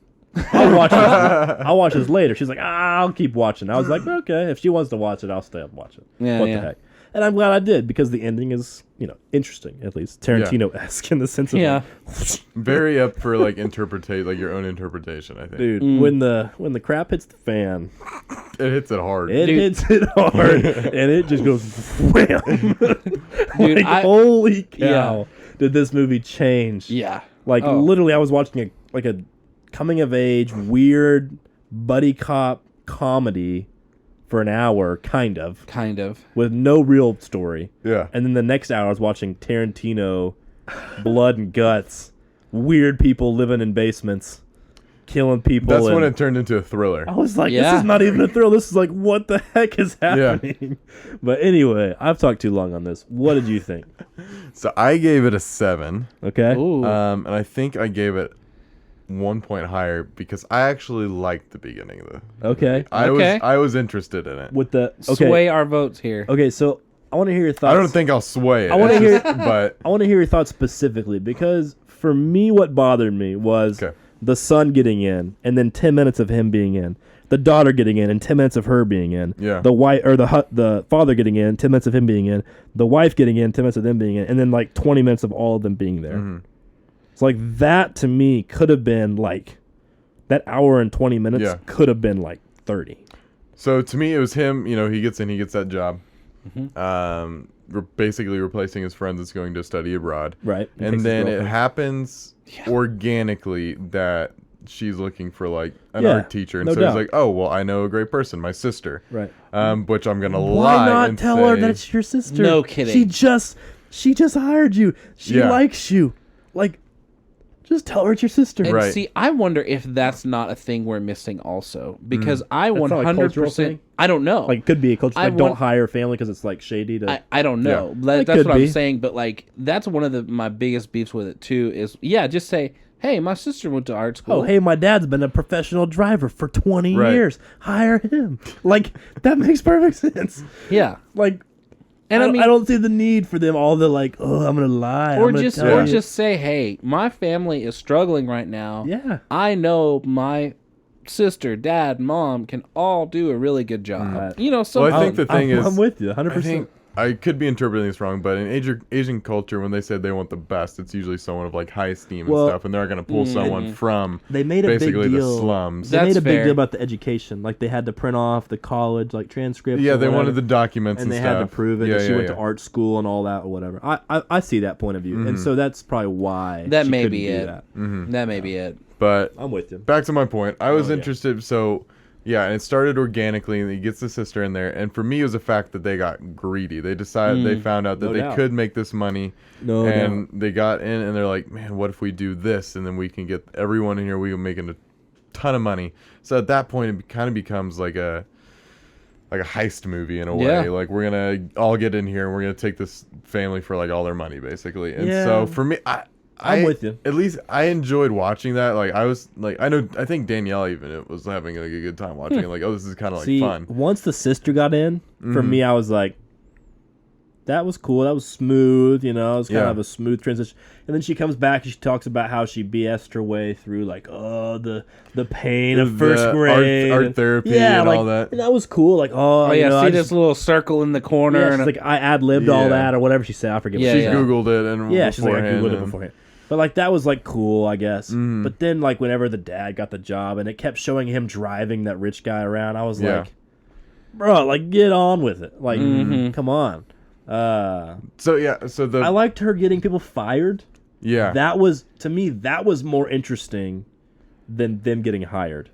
Was the Right. way that they got people fired rather than... Like, what if she was in the back of the car and she starts taking her underwear off, and both Danielle and I was like, "What is going on?" I was like, is she about to get, like, naked in then- this car just to, like, earn some extra money? Like, what? Yeah, and that And was then, like yeah. ended up being part of that's how they got the Yeah, driver they got fired, fired, and yeah. then like how they got the lady fired, which honestly I thought was funny, like her peach allergy. Yeah. Oh, yeah. Well, honestly, and another part of it, too, I was like, how do you immediately jump to a conclusion that somebody's female underwear under a seat means your driver was banging somebody in your car? Yeah. I was like, that seems like a stretch to me. It's a big Also, jump. Big jump. They were a very gullible family, and they They were, like that's the- true. they Yeah, expected that's the worst. true. And they highly... They did that. They showed that a lot. that's true. I think they say that Okay, at some point how but for gullible me- they are. No, they did. They talked about it. Whenever they were all drunk, they talked about how gullible they were. Anyway, for me, even if I took your point of view, which I don't, Yeah. but if I did, I get it. that kills the characters. Because the characters at that point have turned into the, like, oh, I'm going to cheer for the poor people because they deserve better. Yeah, And then they get in the situation, and they look at another poor person who's working her butt off to take care of this house, and they get her and then fired. They get greedy. And they get greedy. Like, they just made me hate them.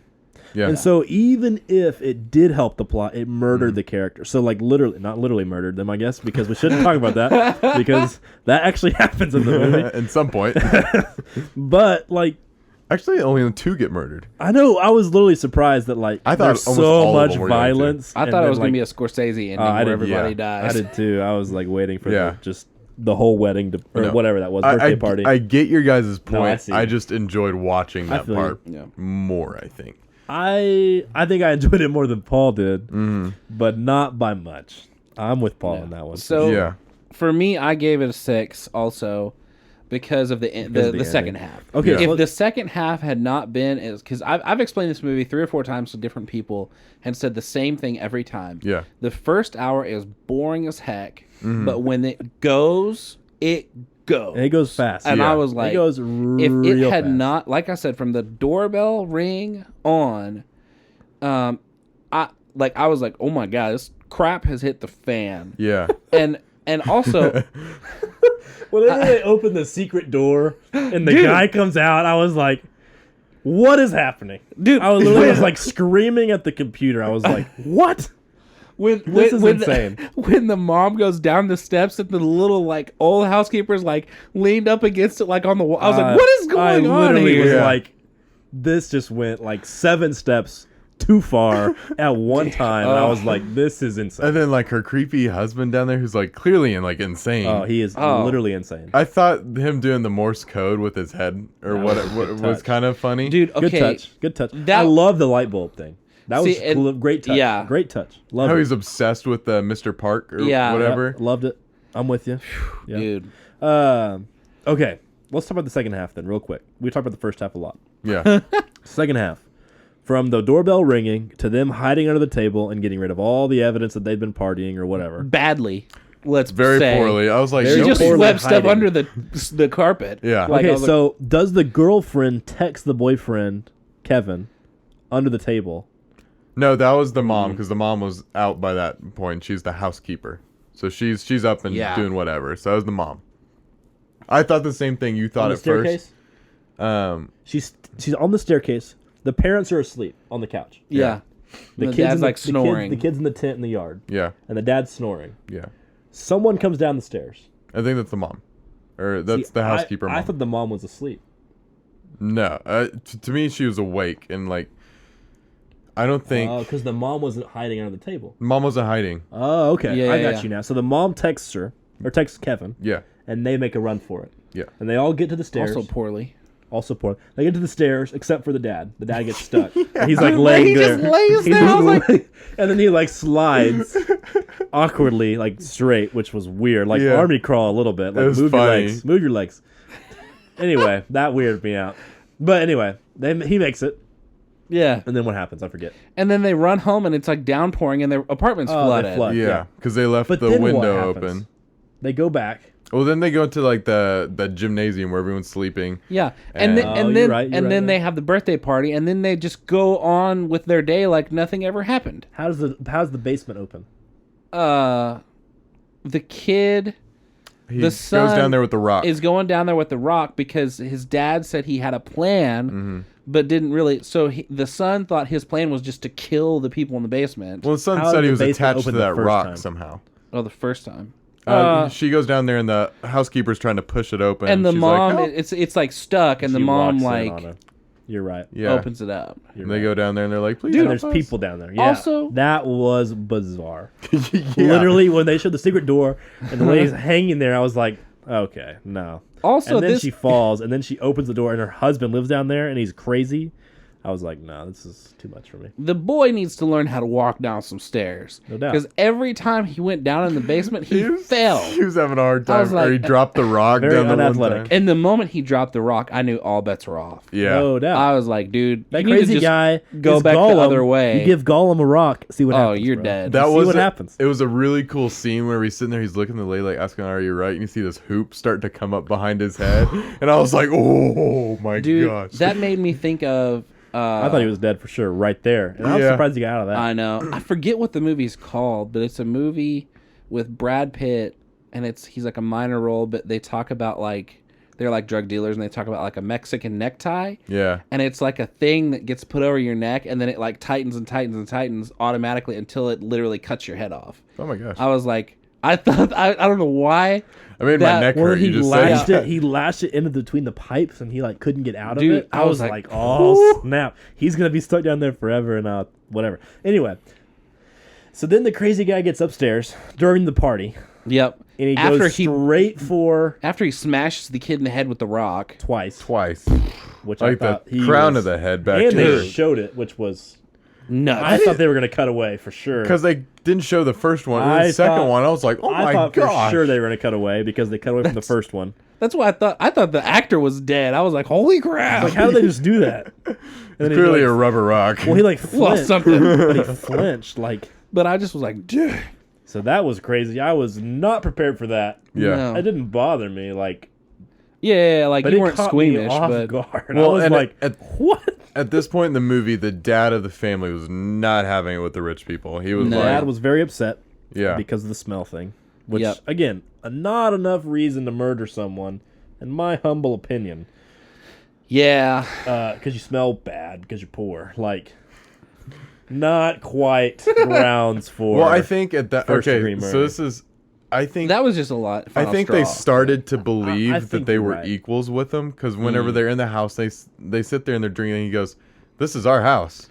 Like Yeah. he says that, and I think he had started to Mentally. believe that they were on that level with that family. I'm with you. And Yeah. for them to sit there and call him poor, he like smells. I think he took like Okay. great offense to that. So remind Yeah. me how the end goes down. So he runs out So and he tries to stab. the bad guy stabs the daughter. Okay, but wait.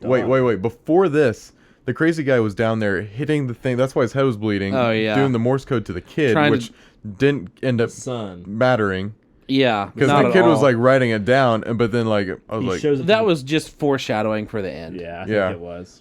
But "You're right. Yeah, you're right." But so yeah, he gets up. Yeah, he's all bloody and crazy, and I forget he stabs the daughter. He Why He did stab stabs the daughter. because she was the first one he saw. Yeah, of that family. He was out to get them Yeah, and so So he killed the son. because he was runs obsessed with the upstairs. parks. yeah, killed the daughter. and the dad pops out, and the mom like appears and skewers him with that barbecue fork. Yeah. Oh Yeah, he. Well, dies. she got sliced up a little bit. yeah, she Yeah, and right. then He pulls a knife out. Oh, the keys. Like because the son is also having like a panic attack or something or other. So he says throw to the poor dad, throw me the keys. And he goes to throw the keys and the bad guy, the crazy guy like blocks them, and when he dies he lands on them. Mm-hmm. And then so the rich dad has to go get the keys and then does that like he's like, oh, like he does like that just like facial expression of like, oh man, this guy stinks. And then that's where the poor dad loses it and stabs the rich dad, which was weird. Yeah. Yep. Well, something Unnecessary. else that built out too. Whenever he was driving the mom around, she's like in the back and she does this and rolls down the window. With her feet up. Yeah, I was I like, was hold like- on, that could be your toes, It was girl. like, your feet could be stinking, girl. But yeah, I'm that's with how you. the end of the movie goes. I'm and then with the you. dad goes into hiding in the basement, and They is never down there find him. for a while apparently, because Yeah, other people that- move in, right? Right, yeah. I want to dive much more into that in the Okay, meta okay. question. Because that's Okay. going to be a big one. Conflict, tension, urgency. I gave this section a 7. I said pretty good conflict. It was I said pretty good tension, pretty good urgency. Like, not ongoing urgency. Obviously not in the beginning because they're just chilling and there's no urgency whatsoever. Yeah, none. But, like you said, when it goes, man. And that tension, that urgency ratchets up real quick. Yeah. So for me, that kind of evens itself out. The conflict was there, but it wasn't great. It wasn't weak. It was just there. It So- was more of the conflict of the rich, poor. Yeah, thing. it was more of Dynamic, a yeah. it was more of a class divide than Yeah. a personal conflict. But so I gave this section a 7. That feels like a pretty fair score. It's kind of in the middle, whatever. That's kind of where I ended up. I gave it a 7 as well. I thought the urgency was Hey. like super high in some points. Moments. Like yeah. especially like when they're like I also give it a 7. they're like we'll be home in 8 minutes or whatever. Like start making this and she has no clue how from to that make point it. from that point Dude. on, I was good. It was And I in. mean, honestly, okay, yeah, you're drunk, so maybe that's why. Yeah. But the moment it started raining and like lightning, Yeah. lightning, Just lightning. aluminium. How do you not know? Oh crap! Their camping trip's gonna get canceled. Well, they said earlier Oh, the crap, kid likes our windows rain. are open. Like or that. we leave Yeah. our windows open all the time, and we live on the bottom of a hill and the bottom of somebody else's house, Yeah. Yeah. where the street is above our house. It's going to flood our house. Well, I think that was How gonna do get you not anyways through the figure- door That- or whatever. yeah, I was that- like, Right, but like, it was pulled up. go pretty get your high. junk out of there. Especially if it's like the biggest storm ever to hit South Korea or whatever they said in the news. I forget what Oh, they said. yeah, Well, I mean, at that point, Flooded the all night. mishaps had started happening. Like, they were sitting there drinking, and then the old housekeeper showed up, and then they had all that stuff. I would forget my windows let the open That's as well. fair too. Yeah. Don't let the crazy lady in the house. Yeah. Everybody knows Well, that. she seems Every so horror movie. harmless. Come on. She You forgot can't her let the husband crazy in there. lady in the house. Yeah, I forgot That's something very problem important in the number house. one. Yeah, What? that lady went from like looking like very Gosh. homely and Dude, just like, oh, no you're nice, joke. to being like She a developed horror the most. film. She developed the That's- most yeah. of any character, and She not a did. good way. She did. Okay, anything else to say on that Would you- section? We would you kinda give it flew a I that gave it one. a 7 Okay, also. We're all in agreement. They were all three kind of Okay. pretty good, but not great. Yeah. Moments of goodness and moments of meh. Of bleh. Of barfing. Cinematic elements. Okay, so for me, this was kind of the hardest section to score because part of me was like, give it a 10. It was a great movie. Part of me was like, give it a 5 because I didn't like it. So I was like, I don't know what to do here. So I said, pretty good acting, like solid acting. I said, really cool cinematography. They did some really cool, interesting things. Yeah. I said, cool score. Like that score they kept playing was really interesting. Hey, Jay. You know what I'm talking about? There he is. I actually didn't notice the score. Really, there was one track that they kept like, kind of a riff. I don't know what it was, but they kept playing it. I kind of liked it. And then the subtitle thing, it just hurt the film, in my opinion. Like, I mean, that kind of is what it is. But it is part of the film. Like, it's part of what it makes is a foreign film. It's part of what makes it. It's part of what makes it Parasite. That is not English. Yeah, exactly. And would this movie work in the United States from an American director with American actors in English? I don't know if it works the same way that it worked. So I gave the section an 8. It wasn't like, oh my gosh, it was amazing. It was the best movie I've ever seen in my entire life. Best movie of the year. It wasn't there. Okay, cinematically. Yeah. It wasn't bad. It wasn't cheap. It wasn't cheesy. There was no moments when I was like, oh, that was... There's not really any effects either. But there wasn't any reason for me to give it anything higher than an 8. So for me personally, an 8 is about as high as this movie deserves. All pretty solid. Because it was a good, solid film. Cinematically, it did a really good job. There was nothing egregious or terrible or missing or weak or whatever. It was just solid. You know? Yeah. But it did some good things. Did some really good creative things. No, I give it a 8. You give it an 8? I gave it an 8. I also gave it an 8. So I really loved the color grading of this movie. There was a lot of green tones to it. Yeah, that's cool. I was like, man, that's kind of nice looking, right? And then the shots, man, there's some good cinematography cool in this. Yeah. That was one of the things I was going to bring up. Like there was I'm good. I'm with there was a 2-shot of when he first meets the daughter that he's tutoring, and they're both sitting there. And it's a shot of both of them. I was like, man, I don't know why, but this shot is just so interesting. Like looking at him. And wasn't it shot from the back too? If I'm remembering this shot, or maybe it was from the front. Okay. But they used a lot of very low aperture, so there was a lot of blurred depth and a lot of blurred foreground where they'd highlight a certain area too. It was cool seeing that, and then like some of the angles of the shots. There's one of, I think it was the dad coming up the stairs, and the shot was a little bit to the left, and it was like following the rail, like the not the rail of the stairs, but there's like the wood siding, kind of following the siding a little bit, and that shot was very interesting. Dude, I'm with you. No, they did some really cool, clever, creative things here. Do you know what was creepy? So remember she talks about her son seeing the ghost in the face in the dark. I was like, holy crap, that's terrifying. The guy's eyes are all wide. When you realize that her kid is not just a crazy, weird, rich snob, but actually like the only one that's sane, knows what's happening in the house. So terrifying. Because the dude has lived up in there forever, been stealing out of their fridge. Yeah. Can you imagine being a friggin' 8-year-old walking down to get some Go-Gurt from the fridge, and then you see this guy creeping up the stairs. Like, holy cow.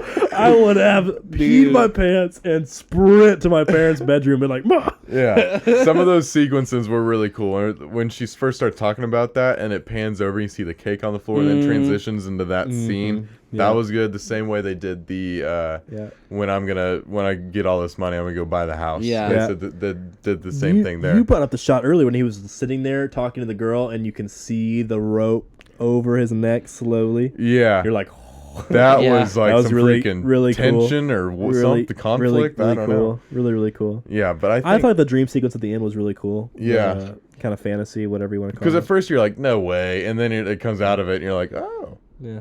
No, I liked it. Yeah, it's good stuff. Yeah. Well, you gave it an 8. What'd you give it? I actually gave it a 9. Oh, cool. Nice.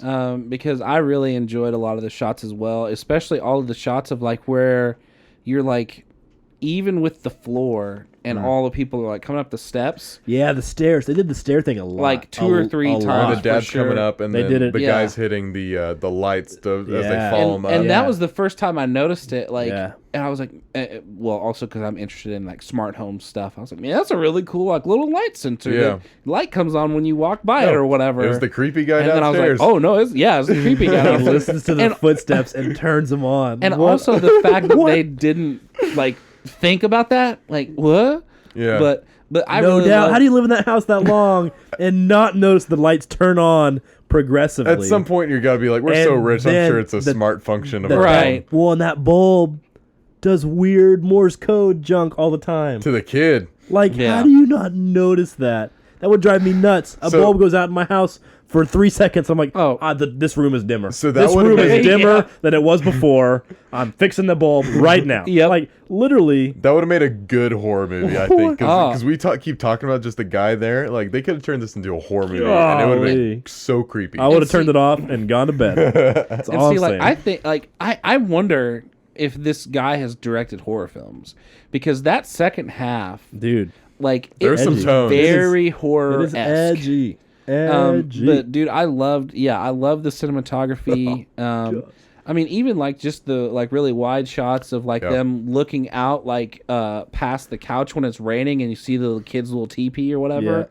I was like, man, that's just that's cool. A beautiful shot. Cool shot. Right. But yeah, the acting, I felt like even though you hated the characters, I feel the like acting was solid. the acting was solid. No, I'm because with you. for me, to really hate you as a character, you have to act really well. Yeah. No, you're right. So, well, they did a good job of making them likable early, and then twisting it and making them, obviously like hateable. But I thought the actors did a good job at both. Like they portrayed both sides of their character well. And I do feel like the director did a halfway decent job. I feel like he wrote it and everything. Like I feel like his it's kind of baby. Like it kind of felt like his passion project that he'd been working on. It's the same with Snowpiercer. Which have you guys seen Snowpiercer? Mm-hmm. That's right. He did that movie, didn't he? With Chris Evans. Yes, no, I haven't seen it's on the train. Yeah, it's on the train, and it's the same thing about different classes and stuff. Yeah, of, like wealth, and it's so this concept must be like a passion of his. Yeah. And so for him to make two movies with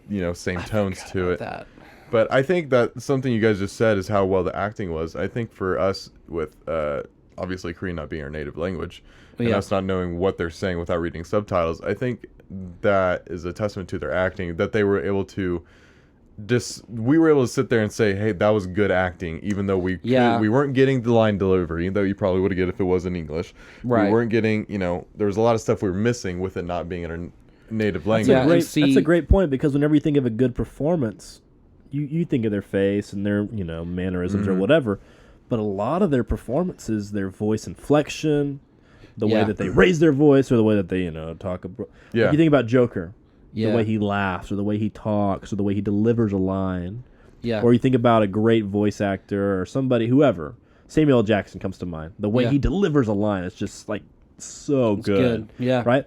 But you take that away from an actor, that's really hard. I mean, that's it's kind of like talking about Pedro Pascal, taking away his ability to act with his face. It's the same idea, I guess, a little bit. So I think that's a really great point that you bring up, that the acting is even a little bit higher quality than we're getting credit for, because they're not getting that extra count or the extra credit of their enunciation and their delivery. And another little effect that I really liked the way they did it was, and this is with a lot of countries where, a lot of the kids will learn English in school, where a lot of the times they would be speaking in Korean and then have a little quick saying in English. Yeah. But there would still be the subtitles because well, I'm glad it was there, because sometimes I wouldn't have understood it. Was so thick, But it also, it was italicized, and I was like, that was a really cool effect. And the way I read subtitles, and we can kind of get into it a little bit now, the way I try to read the subtitles as quickly as I can, and then look up. But I also try to, it's the inflection thing. I try to look at it and be like, okay, how was this written, and was their delivery how it was? Yeah, but see, it's hard because in a different language, the sentence structure is different, and so in English, that's true. In English, you read it, noun, verb, whatever.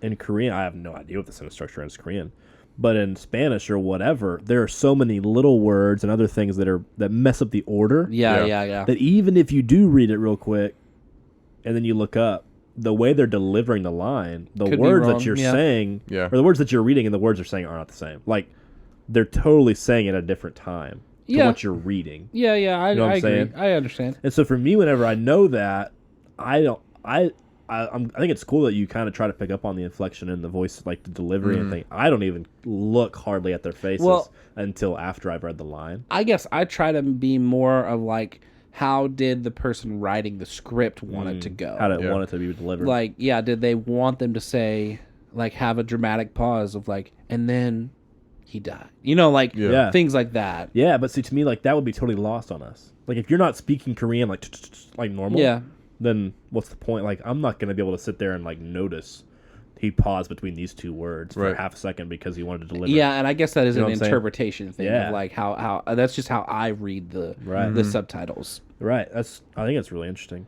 For me, which we can talk about subtitles now since it's a cinematic. So is this like a meta question? It was a meta question, but we're still talking about cinematic. Okay, I feel like it's a cinematic. So it doesn't bother I feel me. like it's good. Yeah. Did it bother you at all? Okay, so a little backstory on me is I've watched, like Japanese or anime with subtitles. Right. And so for me, it took me I haven't watched the last show I watched with subtitles was One Punch Man, which is, all subtitles. I watched an entire season of that. And so it took me about 5 minutes, but then I got back used to it. And I get to the point where I don't even notice that I'm really reading subtitles. Yeah. Because then I start doing it subconsciously. Like I read it, I'm back up. I'm read it, back up. I'm reading it, I'm back up. And then at the point, it just in my head, it almost feels like English in a way. You hear and you notice like little words that you're like, oh, that was really close to English. And it's like it almost ends up making sense where you think you're weird and like, oh man, did I just learn Korean somehow? Right. So no, it didn't bother me at all. Honestly, I think. Okay, so for me, the last movie I watched with all subtitles was The Passion of the Christ. Yeah. That might be the only movie I've ever watched my entire life that has all subtitles. Yeah. That's how little of this I ever do. Yeah. And so I was reading about this movie because I know a lot of Americans don't watch movies like this, and I was like, well, I'm guilty of that. Like, I do not watch foreign films, hardly ever. And so I was reading about it, and the director actually has a quote. I don't know, it kind of went a little bit viral or whatever, and the quote was, if Americans could get over a 1.5 inch of text, I heard this. There's a whole world of movies out there that would be open to them of really great quality movies. Yeah. And he's probably right. I just don't have any desire to go find them, I guess, if that makes sense. If they're not brought to me, I'm not going to go out of my way to go find them. Yeah. And that's just kind of true for me personally in anything that I watch, right? Like, if I don't hear a direct recommendation from somebody else, see a really good trailer, or hear about it in the news, or find it on one of my streaming services or whatever, I'm not going to watch it. Well, those movies don't get the marketing over here that, our movie, so for American me, movies I feel like I represent, at least in this room right now, I feel like I represent the majority of American movie watchers in that sense of I don't watch movies like this. Yeah. So the subtitle thing bothered me. Will I never watch a movie with subtitles again? No. Will I ever bash a movie for having subtitles? No. But for me, that is a hurdle that has to be, I think, like Luke said, it takes time to get used to. And I've just been kind of conditioned to it to where the point now it's it's almost and I just haven't nature. At all. At the end of the movie, when the movie picked up and started going faster and there's a lot more things happening, that bothered me because it took my attention away from the story. It took my attention away from what's happening on screen. Yeah. Because when you go to a movie, you want to think and you want to figure things out. Yeah. But you also want to watch and you want to see what's happening. Yeah. And so for me, if I want to read a book, I want to read a book. Yeah. I'm not going to watch a book. I'm not going to read a movie. And so for me, that's just, I don't know, it just bothered me a little bit. Well, it adds another element that you have to sit there and interpret because you're interpreting the dialogue in a different way while also then trying to interpret the actions that are on screen. Yeah. Right. I mean, and it just adds an extra step or chore or to the process of interpreting a movie. It's like imagine listening to Martin Luther King or whoever famous speaker ever, Winston Churchill, I don't care, with an interpreter. Yeah. You can't appreciate it. You just can't. It makes it harder. Not in the same way. Yeah. Not as much. That's fair. And so for me, was this a really good, interesting, creative movie? Yeah. But will enough people out there appreciate it? No, not even close because of that hurdle. And I'm a part of that crowd. I'm not condemning people for not liking this movie because of the subtitle thing. I'm a part of that. I'm saying that. Yeah.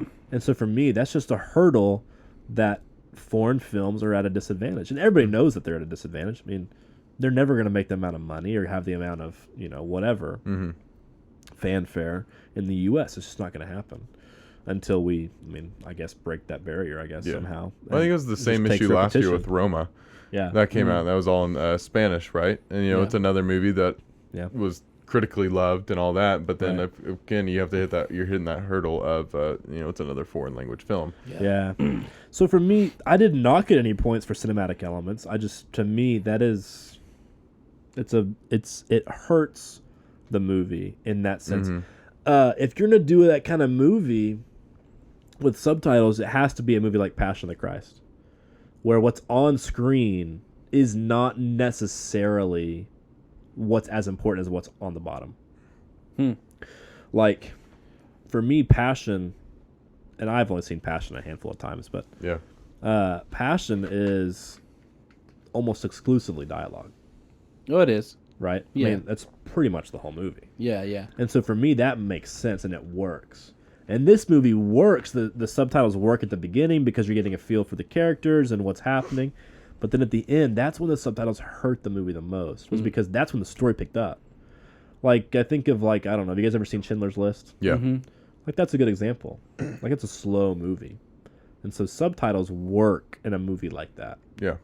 But, man, you get a movie like this with, you can't imagine. Can you imagine watching a Tarantino movie with subtitles?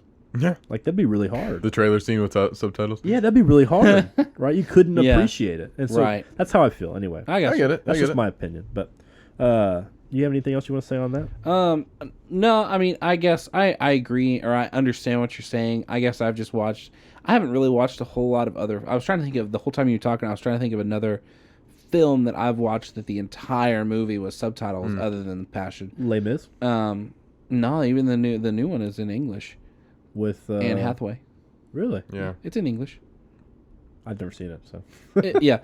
I just assumed it was in French. No, it's in English. There's one that came out this year that's in French. Yeah, but I think of a lot of other movies where it's kind of half and half. Yeah. Like Last Samurai, right? That we were talking about earlier. Yeah. It's like half Japanese and half English. And like movies like that, it doesn't. I guess so. I'm just used to it because I've seen a lot more movies like that where it's kind of half and half. I mean, even think about maybe not half and half, but like Godfather. There's Godfather 2 has a lot of Italian in it. I mean, even Lord of the Rings or John Wick had a lot of Russian in it. You know, it's true. Yeah. So I guess I'm more used to like. But see, those moments in those movies are almost exclusively two characters in a semi-quiet, situated scene. It's very slow dialogue scene. And it's just dialogue. I mean, and so to me, that's the kind of scene that works. Yeah. With the subtitles. I get what you're saying, but I'm just saying. But I think those things have trained me. Yeah. To better. Yeah. I think the pathway is there. Yeah. Because of all those types of movies. Yeah. I just think we're a little bit too. I mean, we're not quite there. You know what I'm saying? 20, 30 years from now, you keep cranking out movies like this that are big time, making a lot of money, getting a lot of hype from the Oscars, from Rotten Tomatoes and Metacritic, places like that. You keep making movies like that, then no telling what's going to happen in the future. I mean, I think eventually movies like this will be really popular in the U.S. It just takes, to me, it takes a while. Like you said, you got to go over that barrier. Yeah. Okay, meta question. Or final score, total score. I gave it 34 out of 50. 34, which was 68, 6.8-ish, something like that. I gave it a 36. Okay. I'm at 37. Oh, wow. Yeah. What was your 36? 36. What does it come out to? 72. Yeah. 72, and then I'm a 37. So, I mean, we're all pretty close, 74? I think. Yeah. We're nowhere near 99, 96, 91. 99 is insane. Yeah. And 94 is insane, too. Yeah. IMDb was what, 8.4? 8.6. 8.6. To me, that's high, but it's not unreasonably high. The Rotten Tomatoes people need to chill out, because that is not okay. I'm surprised that I'm the lowest person. That surprises me.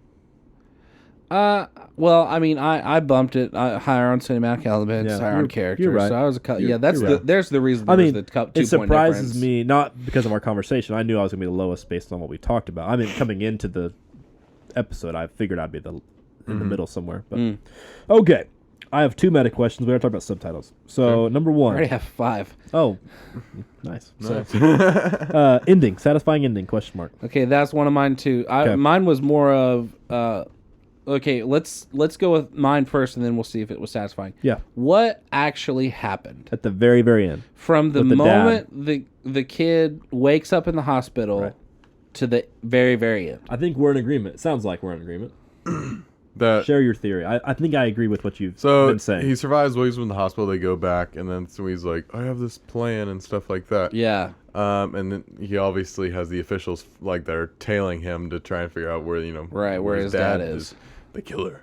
But then he starts going to this plan, and he's like, "Oh, I'm gonna buy the house and stuff." And the way they show you it and tell you it makes it feel like he did accomplish this. Right. But then Time it turns passes. out it didn't. That was just was his plan. At the end, it shows him basically like, this is what I'm gonna do. But in reality, he is into the message of this movie. He is trapped in poverty, and he will never achieve that goal. Yeah. That's how I interpreted it. Exactly like that. Yeah. So I did what- too. I mean, Okay. up until when it cut back to him in the little apartment.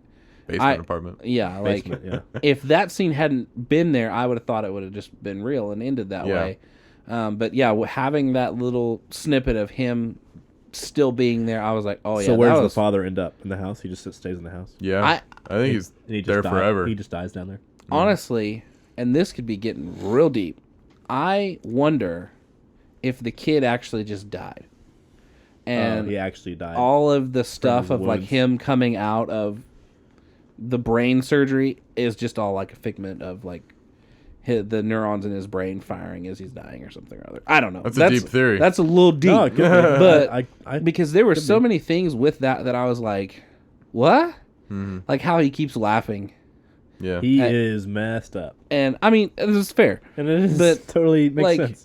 Got hit in And the then head with a rock. how do you sit there for, I mean, gotta be hours writing down or recording into your phone a Morse code message that long? that's freaking like 2-page letter, Yeah. and then you write a letter. Yep. How do you get that to the dad? Like Right. they never. So I don't know. I don't know. I don't think it was real. yeah. To the effect of that I- he had a plan. Okay, so the Morse code thing for me Mhm. felt real. I think that was real because like he goes back I there. think he genuinely, because Yeah. he says goodbye, right? Yeah, At the Yeah. in the end of the letter. maybe. I forget I how can't the letter remember. goes. No, exactly. it's like so long Yeah, or Right. something like that. So I think everything in the dream sequence. yeah. Let's keep calling it that. It's not a dream, I guess, but I think to me everything in that sequence is real until he buys the house. Yeah. I think When I he think says him my going- plan is, I think him going back and seeing the light bulb Yeah. is real. I think him getting the letter interpreted as real. I Okay. think that's how they say goodbye. yeah. And then he never does anything after that. Because at the end, the very, very end, he's holding the letter, isn't he? yeah, Yeah. So to me, that is where the movie ends. Yeah. Is with the letter, yeah. and he never goes back because he can't. That's right. Yeah, and yeah, so yeah. to me, that's how it ends. And then the dad coming out of the basement and the son buying the house. That's in his Is- head. yeah, In is my opinion. fake or Yeah. whatever. You guys agree? Disagree? Yeah, but his dad's down there and stealing food from the family that is Yeah. there. He but survives that's for however just his long life. he can, and that's his life. Yeah. Right. He's Yeah. a parasite. Yeah, Yeah. satisfying. No, I don't think so. I did not think so. I was in the middle. For me, I wasn't like, oh man, I'm satisfied. I And would have. wasn't- and Honestly, I would have been If it hadn't been fake, I would have Right. been satisfied. I would too. And I wasn't like, oh man, I was kind of in the middle. I was like, okay. Like, I didn't like it. For me, It made me mad. At the first, Yeah. I was disappointed. I think what changed my perspective on the movie was reading like the articles that I read, because then I was like, oh man, I didn't interpret that this way. I didn't like, or there was a cultural miss that I had here that Yeah. now this fills in this, and to me, like explaining that like they coming out that they truly are trapped and they'll never achieve the riches that they want. To see, like, I interpreted it that way, that they were parasites because they were Oh. literally eating their food. Yeah. But I also interpreted it as they were trapped. Like, he's trapped in the bottom of the basement, and his son's trapped in the crappy apartment. Like, I read it all that way. Yeah. But it was still just like, who cares? Like, they started there, they ended there, nothing happened, nothing changed. Yep. Like, for me, it was just not satisfying. Like, nothing was accomplished by this movie. Yeah. And so for me, like, I don't care what your political whatever is, your agenda or your message. Like, if it doesn't get across, like, if it gets across but it doesn't work, it doesn't really get across. Yeah. That's my point, I guess. I get you. Like, I see his point, and he has a point. Like, there is a problem, especially where he's coming from. Yeah. Like Paul said earlier, like, things are worse there than they are here. So we really don't have any way to, like, I don't know, internalize this because we're not in that situation. And never really have been. Like, I was poor in college, but not like that, you know? Like, I had like $12. Yeah, we've been fortunate. I had like $12 in my bank account at one point. That was it. But You guys don't have more than $12 in your bank account now? well, Wow. hey, That's pretty impressive. I have more 15. more than 12. More than 12. I have 2 kids under the age of 2. Oh, so you have 14. And a new house. We are doing great. Anyway, this is not about me. But yeah, so for me, if the message doesn't land, then it doesn't work. Yeah. And it just didn't quite land. I get you. Okay, Yeah. I only have one more question. And we can Go ahead. Yeah. see if it's the same. I'm sure you have something related. It's basically, is this Oscar worthy Yeah. in any category? Best picture, best director, best screenplay, whatever. Any category. For you personally, is this worthy of an Oscar win or nomination? Best foreign film, yes. I think screenplay and foreign film, yeah. Original screenplay? Yeah. I think best foreign film, I have no idea. I've never seen any other foreign films that are on the list. So, Yeah. Well, I mean, I that just that think makes from sense. all the other like stuff that has won, it'll win best foreign film. No Yeah. doubt, it'll win. I'm with you there. Does it deserve to be best picture nominated? No. In my I don't think opinion, it's not even sniff No. those 4 movies we were talking about earlier. Not even Right. in the same category. Right. Yeah. So to me, that was just like them being nice and But there's some people who are saying No, they I think know. Parasite's the front runner. I know. I Dude, don't yeah, I was gonna understand say, that at all. We seem to be in the minority. I know. Yeah. I know. It makes no sense to me. So it's, to me, in my opinion, it's not Oscar worthy in any category Yeah. other than foreign film. And the only reason it's worthy in foreign film is because I haven't seen anything else. So Yeah. okay, that's all I got. So mine kind of ties in with that. Mm-hmm. Should it have won all the awards that it's already won? Like I don't know I'm what it's pretty already sure. won. Like it's like I said. Well, it's even if you really don't know, but like just from the sheer numbers, I mean, it's got to be in the hundreds. No, Yeah. it does not deserve it. Well, I'm Yeah. not sure what movies it was up against in those like film festivals That's and fair. stuff. That That's is true fair. too. Is the thing is I don't know what it was up against. I mean, I just think that it's which being Golden very Globes did it win? overhyped. I don't remember. If we did our top 5 most overrated movies of whatever all time or 2019 or whatever you want, this Yeah. would be on there for me. Like, Yeah. it would. Is it terrible? Is it awful? Will I never watch it again? No. But is it a 99 and No. worthy of Best Picture? Like, no. People, I don't understand. Like, I would love to talk to a genuine fan of this movie. Yeah, me too. And see their point of view and have them counter our arguments that we've laid out, because we're all in the same ballpark. I said 34, you said 36, he said 37. We're never that close. Like, Nah. the 3 of us, unless it's like a 49, a 50, and a 48, Yeah. we are Yeah. not that close ever. Like, we're always like pretty We're a much good spread gap out. apart. yeah. But man, like, we were all on the same page on this one. And so to me, like, I would love to talk to somebody who likes this movie a lot more than we do Yeah. and hear their point of view, because I don't see it. Like, literally, I tried to because I knew it was up for Best Picture. Right. I just couldn't do it. Yep. What else you got? Well, a couple of them we've already hit of like, why was it called Parasite? What do you think of the twist? And then last one really is what tier do you see this movie in? And you kind of already hit it. Will you watch it again? Similar kind of thing. I don't. For me, I won't buy it. I may watch it again if I'm just like, but most likely I don't think I'll ever watch this movie again.